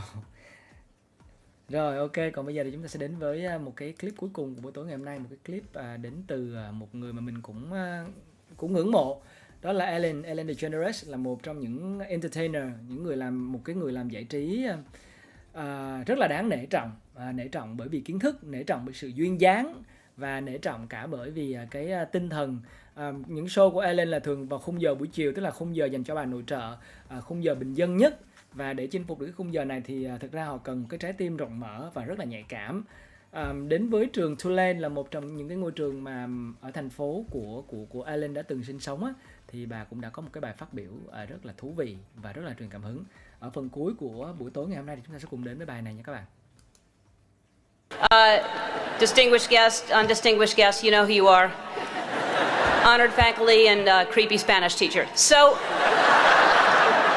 And thank you to all the graduating class of 2009. I realize most of you are hungover and have splitting headaches and haven't slept since Fat Tuesday, but you can't graduate till I finish, so listen up. When I was asked to make the commencement speech, I immediately said yes. Then I went to look up what commencement meant, which would have been easy if I had a dictionary, but most of the books in our house are Porsches and they're all written in Australian.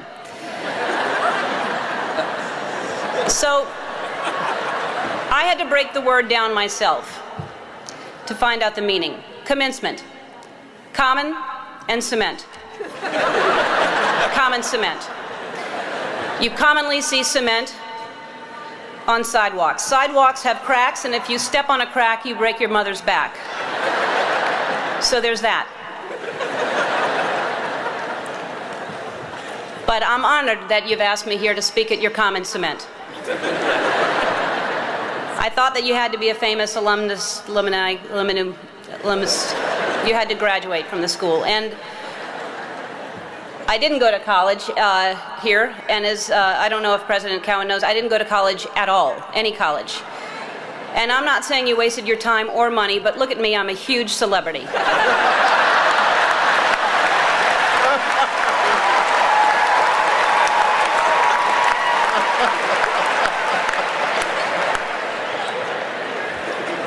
Although I did graduate from the School of Hard Knocks, our mascot was the Knockers. I spent a lot of time here growing up. My mom worked at Newcomb, and I would go there every time I needed to steal something out of her purse. But why am I here today? Clearly not to steal. You're too far away, and I'd never get away with it. I'm here because of you, because I can't think of a more tenacious, more courageous graduating class. I mean, look at you all wearing your robes. Usually when you're wearing a robe at 10 in the morning, it means you've given up. I'm here because I love New Orleans. I was born and raised here. I spent my formative years here, and like you, while I was living here, I only did laundry 6 times. When I finished school, I was completely lost, and by school I mean middle school, but I went ahead and finished high school anyway. And I had no ambition. I didn't know what I wanted to do. I did everything from I shucked oysters, I was a hostess, I was a bartender, I was a waitress, I painted houses, I sold vacuum cleaners. I had no idea. And I thought I'd just finally settle on some job and I would make enough money to pay my rent, maybe have basic cable, maybe not. I didn't really have a plan. My point is that by the time I was your age, I really thought I knew who I was, but I had no idea. Like, for example, when I was your age, I was dating men.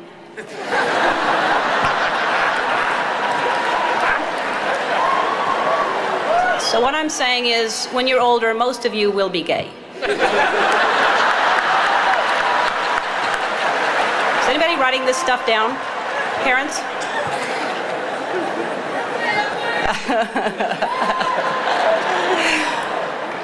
Anyway, I had no idea what I wanted to do with my life, and the way I ended up on this path was from a very tragic event. I was maybe 19, and my girlfriend at the time was killed in a car accident. And I passed the accident, and I didn't know it was her, and I kept going. And I found out shortly after that it was her. And I was living in a basement apartment. I had no money. I had no heat, no air. I had a mattress on the floor, and the apartment was infested with fleas. And I was soul searching. I was like, why is she suddenly gone and there are fleas here? I don't understand. There must be a purpose, and wouldn't it be so convenient if we could just pick up the phone and call God and ask these questions? And I started writing, and what poured out of me was an imaginary conversation with God, which was one-sided. And I finished writing it, and I looked at it and I said to myself, and I hadn't even been doing stand-up ever. There was no club in town. I said, I'm going to do this on The Tonight Show with Johnny Carson. At the time, he was the king. And I'm going to be the first woman in the history of the show to be called over to sit down. And several years later, I was the first woman in the history of the show, and only woman in the history of the show, to sit down because of that phone conversation with God that I wrote. And I started this path of stand-up, and it was successful and it was great, but it was hard because I was trying to please everybody, and I had this secret that I was keeping, that I was gay, and I thought if people found out, they wouldn't like me, they wouldn't laugh at me. Then my career turned into, I got my own sitcom, and that was very successful, another level of success, and I thought, what if they find out I'm gay, then they'll never watch. And this was a long time ago. This was when we just had white presidents. But anyway, this was back many years ago. And I finally decided that I was living with so much shame and so much fear that I just couldn't live that way anymore. And I decided to come out and make it creative, and my character would come out at the same time. And it wasn't to make a political statement. It wasn't to do anything other than to free myself up from this heaviness that I was carrying around. And I just wanted to be honest. And I thought, what's the worst that can happen? I can lose my career. I did. I lost my career. I got the show was canceled after 6 years without even telling me. I read it in the paper. The phone didn't ring for 3 years. I had no offers. Nobody wanted to touch me at all. And yet I was getting letters from kids that almost committed suicide but didn't because of what I did. And I realized that I had a purpose, and it wasn't just about me, and it wasn't about celebrity, but I felt like I was being punished, and it was a bad time. I was angry, I was sad, and then I was offered a talk show. And the people that offered me the talk show tried to sell it, and most stations didn't want to pick it up. Most people didn't want to buy it because they thought nobody would watch me. And really, when I look back on it, I wouldn't change a thing. I mean, it was so important for me to lose everything because I found out what the most important thing is to be true to yourself. And ultimately, that's what's gotten me to this place. I don't live in fear. I'm free. I have no secrets. And I know I'll always be okay because no matter what, I know who I am. So, in conclusion, when I was younger, I thought success was something different. I thought, when I grow up, I want to be famous. I want to be a star. I want to be in movies. When I grow up, I want to... Góc kiểm tra bài cũ, một từ mới mà bạn đã học được trong bài học ngày hôm qua là gì? Comment ngay nhé. Cả lớp sẵn sàng, giấy, bút, học.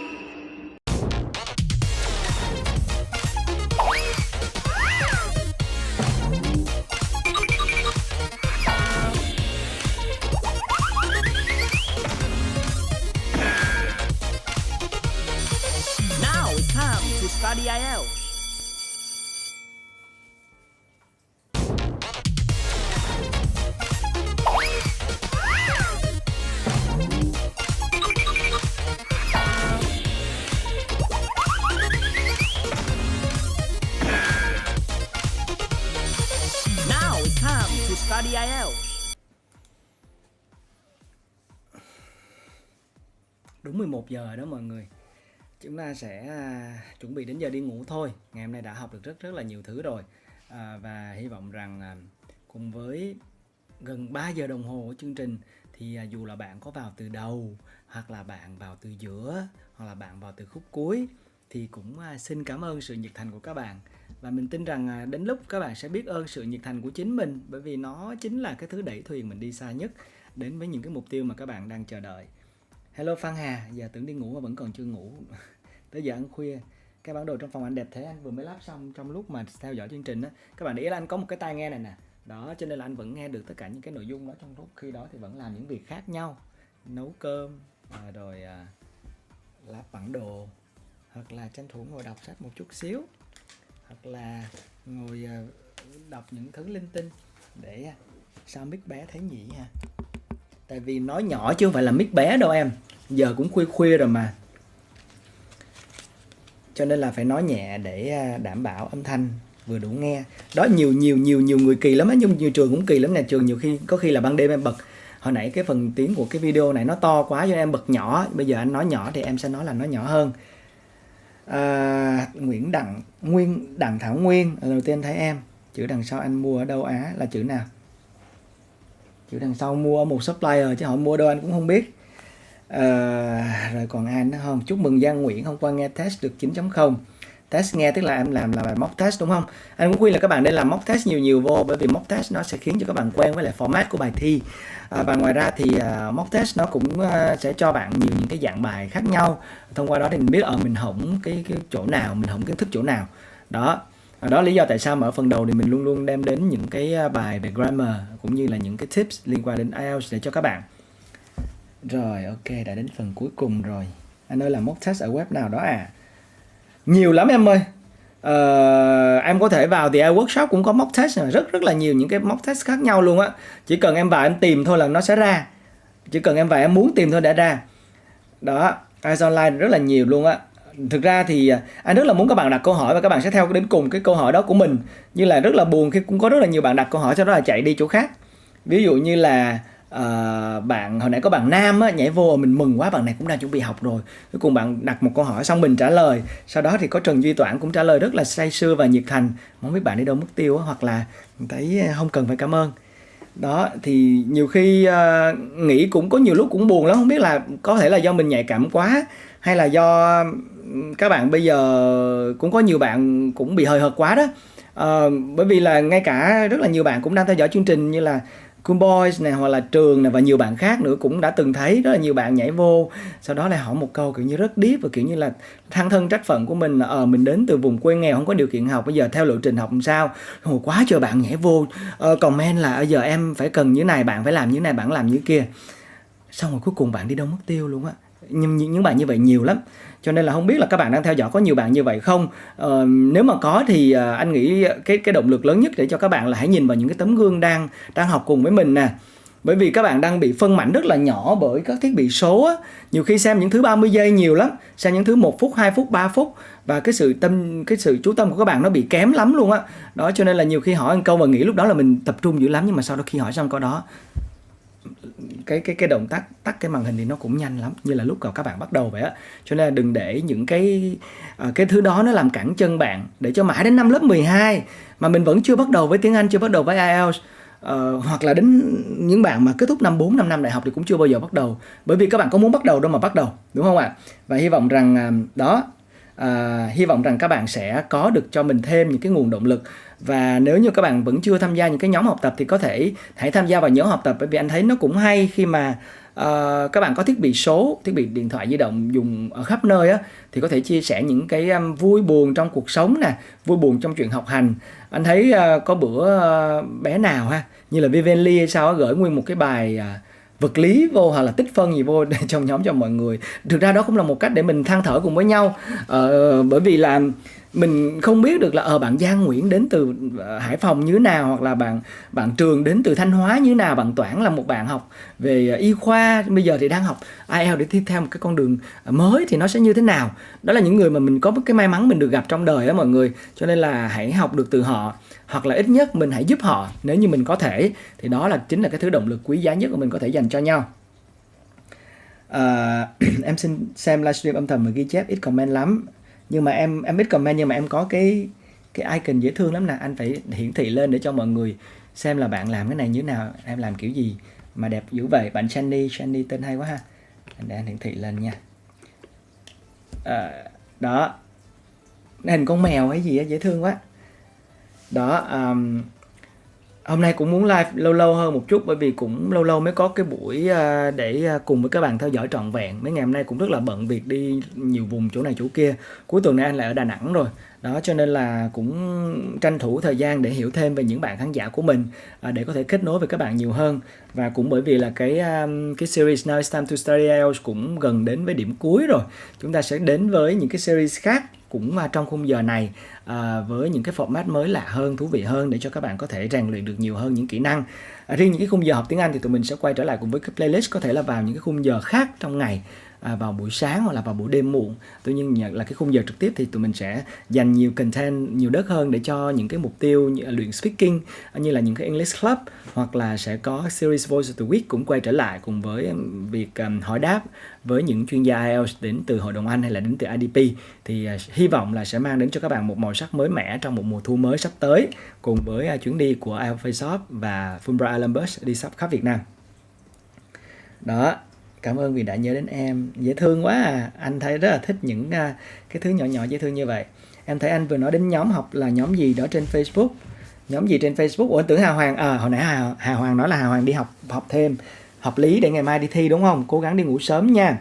Đặng Nguyên Thảo ơi, ở đây thì có Trường nè, rồi có Trần Duy Toản, thì hai bạn chắc là cho hướng dẫn cho bạn Đặng Nguyên Thảo biết cái nhóm của mình đang hoạt động là như thế nào. Có hai nhóm, một nhóm trên Facebook là nhóm đó mà em có thể có được những cái content mà do chính tụi em làm nên. Ví dụ như là Trường nó vẫn hay post cái words of the day, mỗi ngày có một cái từ đó, và nhiều thứ hay. Em Nhi Nguyễn nè, Nguyễn Trọng Hùng, nãy giờ em âm thầm xem bằng máy của bố. Dạ con chào chú Nguyễn Trọng Hùng, con cảm ơn chú đã cho con gái của chú là Nhi Nguyễn mượn máy để theo dõi và học bài. Mong là Nhi Nguyễn cũng sẽ học được nhiều thứ hay ho nha. Nguyễn Trọng Hùng. Chill with Coconut, dạ hello em Chill with Coconut. Mai cô kiểm tra địa lý, bao đọc, bao lại, kết hợp toán.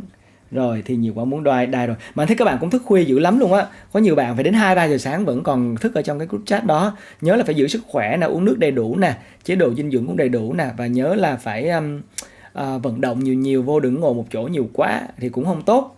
Anh thấy có những bạn như là Kinsa thì cũng có chơi bóng rổ nè, hình như là Trường hoặc là Toản thì cũng có chơi đá banh hay sao đó. Môn nào thì cũng tốt hết, hoặc là tập thể dục ở nhà chút xíu cũng tốt thôi, để cho các bạn vận động đi qua đi lại, nó cũng giúp cho các bạn minh mẫn hơn. Và anh đánh giá rất cao những cái bạn mà có trí thông minh vận động á, tức là các bạn thích vận động, và nếu mà không thiếu vận động thì các bạn cảm thấy khó chịu á, thì những cái người mà có trí thông minh vận động thì các bạn sẽ có được cái sự sáng tạo tốt nhất ở trong những cái môi trường mà vận động nhiều. Cho nên đó cũng là lý do mà những cái trường hàng đầu như là Harvard hoặc là MIT thì họ đều dành những cái số học bổng dành cho những cái bạn mà có những cái thành tích cao hoặc là thi đấu thể thao tốt. Rồi, cảm ơn Phan Hà nha, chúc em đi ngủ. Đã nói dễ thương hả? Anh cảm ơn em. Anh làm series về environment được không? Thực ra có một bạn tham gia chương trình apprenticeship, chương trình thực tập sinh của IELTS Face-Off, là một bé ở thành phố Hồ Chí Minh, đang có ấp ủ một cái series podcast về environment. Thì anh cũng đang chờ Vân là co-producer của chương trình, để không biết là cái dự án nó đến đâu rồi, nhưng mà hy vọng là sẽ có, để nó cũng sẽ triển khai để cho các bạn mà muốn tìm hiểu về environment, về môi trường như là Hà Hoàng sẽ có một cái nguồn tài nguyên xác tính từ chương trình. Rồi, Cường Hoàng, tháng 11 tới là lần thi thứ 4 trong năm em thi IELTS. Ủa, về mấy lần trước em thi được mấy điểm? Tối nay chưa có bạn nào vô trong group để thông báo điểm ha. Bữa trước anh nhớ cách đây 2 bữa có Kiên giáo sư, 2 bữa hay 3 bữa ta? 3 bữa Kiên giáo sư có vô chia sẻ điểm 8.5 luôn. Mong là cứ mỗi buổi tối vào sẽ có những cái bạn chia sẻ những cái điểm như vậy. Em thiếu ngủ nhưng phụ huynh lúc nào cũng bắt học đêm, rồi so sánh với người này người kia. Em phải nói với phụ huynh là học đêm không có giải quyết được cái việc gì đó nếu mà con không có thực sự thích. Hồi đó anh đi học anh cũng không có học nhiều, tại vì anh nghĩ là nếu mà học nhiều thì không có vô. Em tham gia đội tuyển địa và đội tuyển Anh nên cần lắm à. Cần cái gì em? Đội tuyển địa và Anh hả? Ngày xưa anh cũng là cũng học địa giỏi lắm. Anh được giải quốc gia môn địa lý và môn tiếng Anh nữa. Cho nên là anh nghĩ kiến thức địa lý nó rất là cần thiết để cho bạn hiểu thêm về thế giới. Chúc cho bạn may mắn. Rồi ok, chúng ta sẽ đến với video cuối cùng, là chắc cũng là thay cho lời chào tạm biệt của chương trình gửi đến cho các bạn. Chúng ta sẽ cùng đến với một bài hát You Are My Sunshine của Music Travel Love. Và cái này thì được ghi hình ở tại White Island là đảo trắng, hoặc hay gọi là Bạch Đảo, ở Camiguin của Philippines. Và chúng ta sẽ đến với bài hát này thay cho lời chào tạm biệt đến với mọi người nha. Chúc cho các bạn ngủ ngon và có những giấc mơ đẹp. Và nhớ là tối mai thì tụi mình lại gặp nhau. Còn bây giờ thì bye bye, chào tạm biệt các bạn.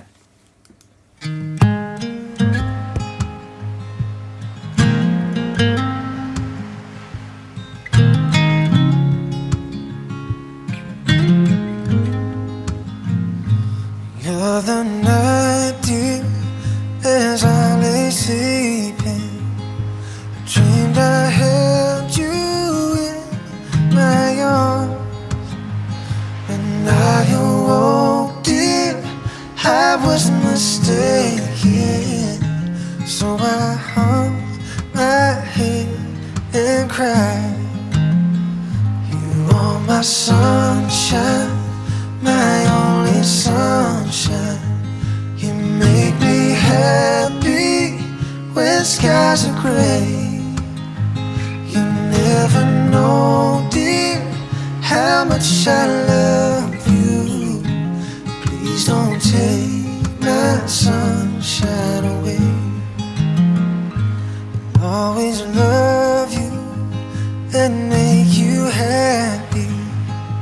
If you will only say the same. If you leave me and love another, you'll regret it all someday. You are my sunshine, my only sunshine. You make me happy when skies are gray.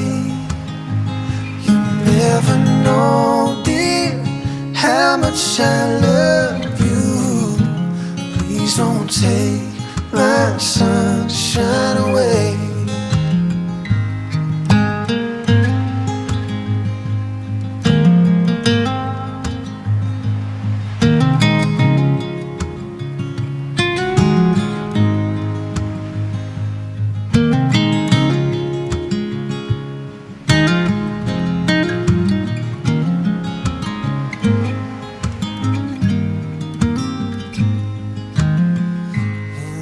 My sunshine, my only sunshine. You make me happy when skies are gray. You never know, dear, how much I love you. Please don't take my sunshine away. Please don't take my sunshine away. No, please don't take my sunshine away.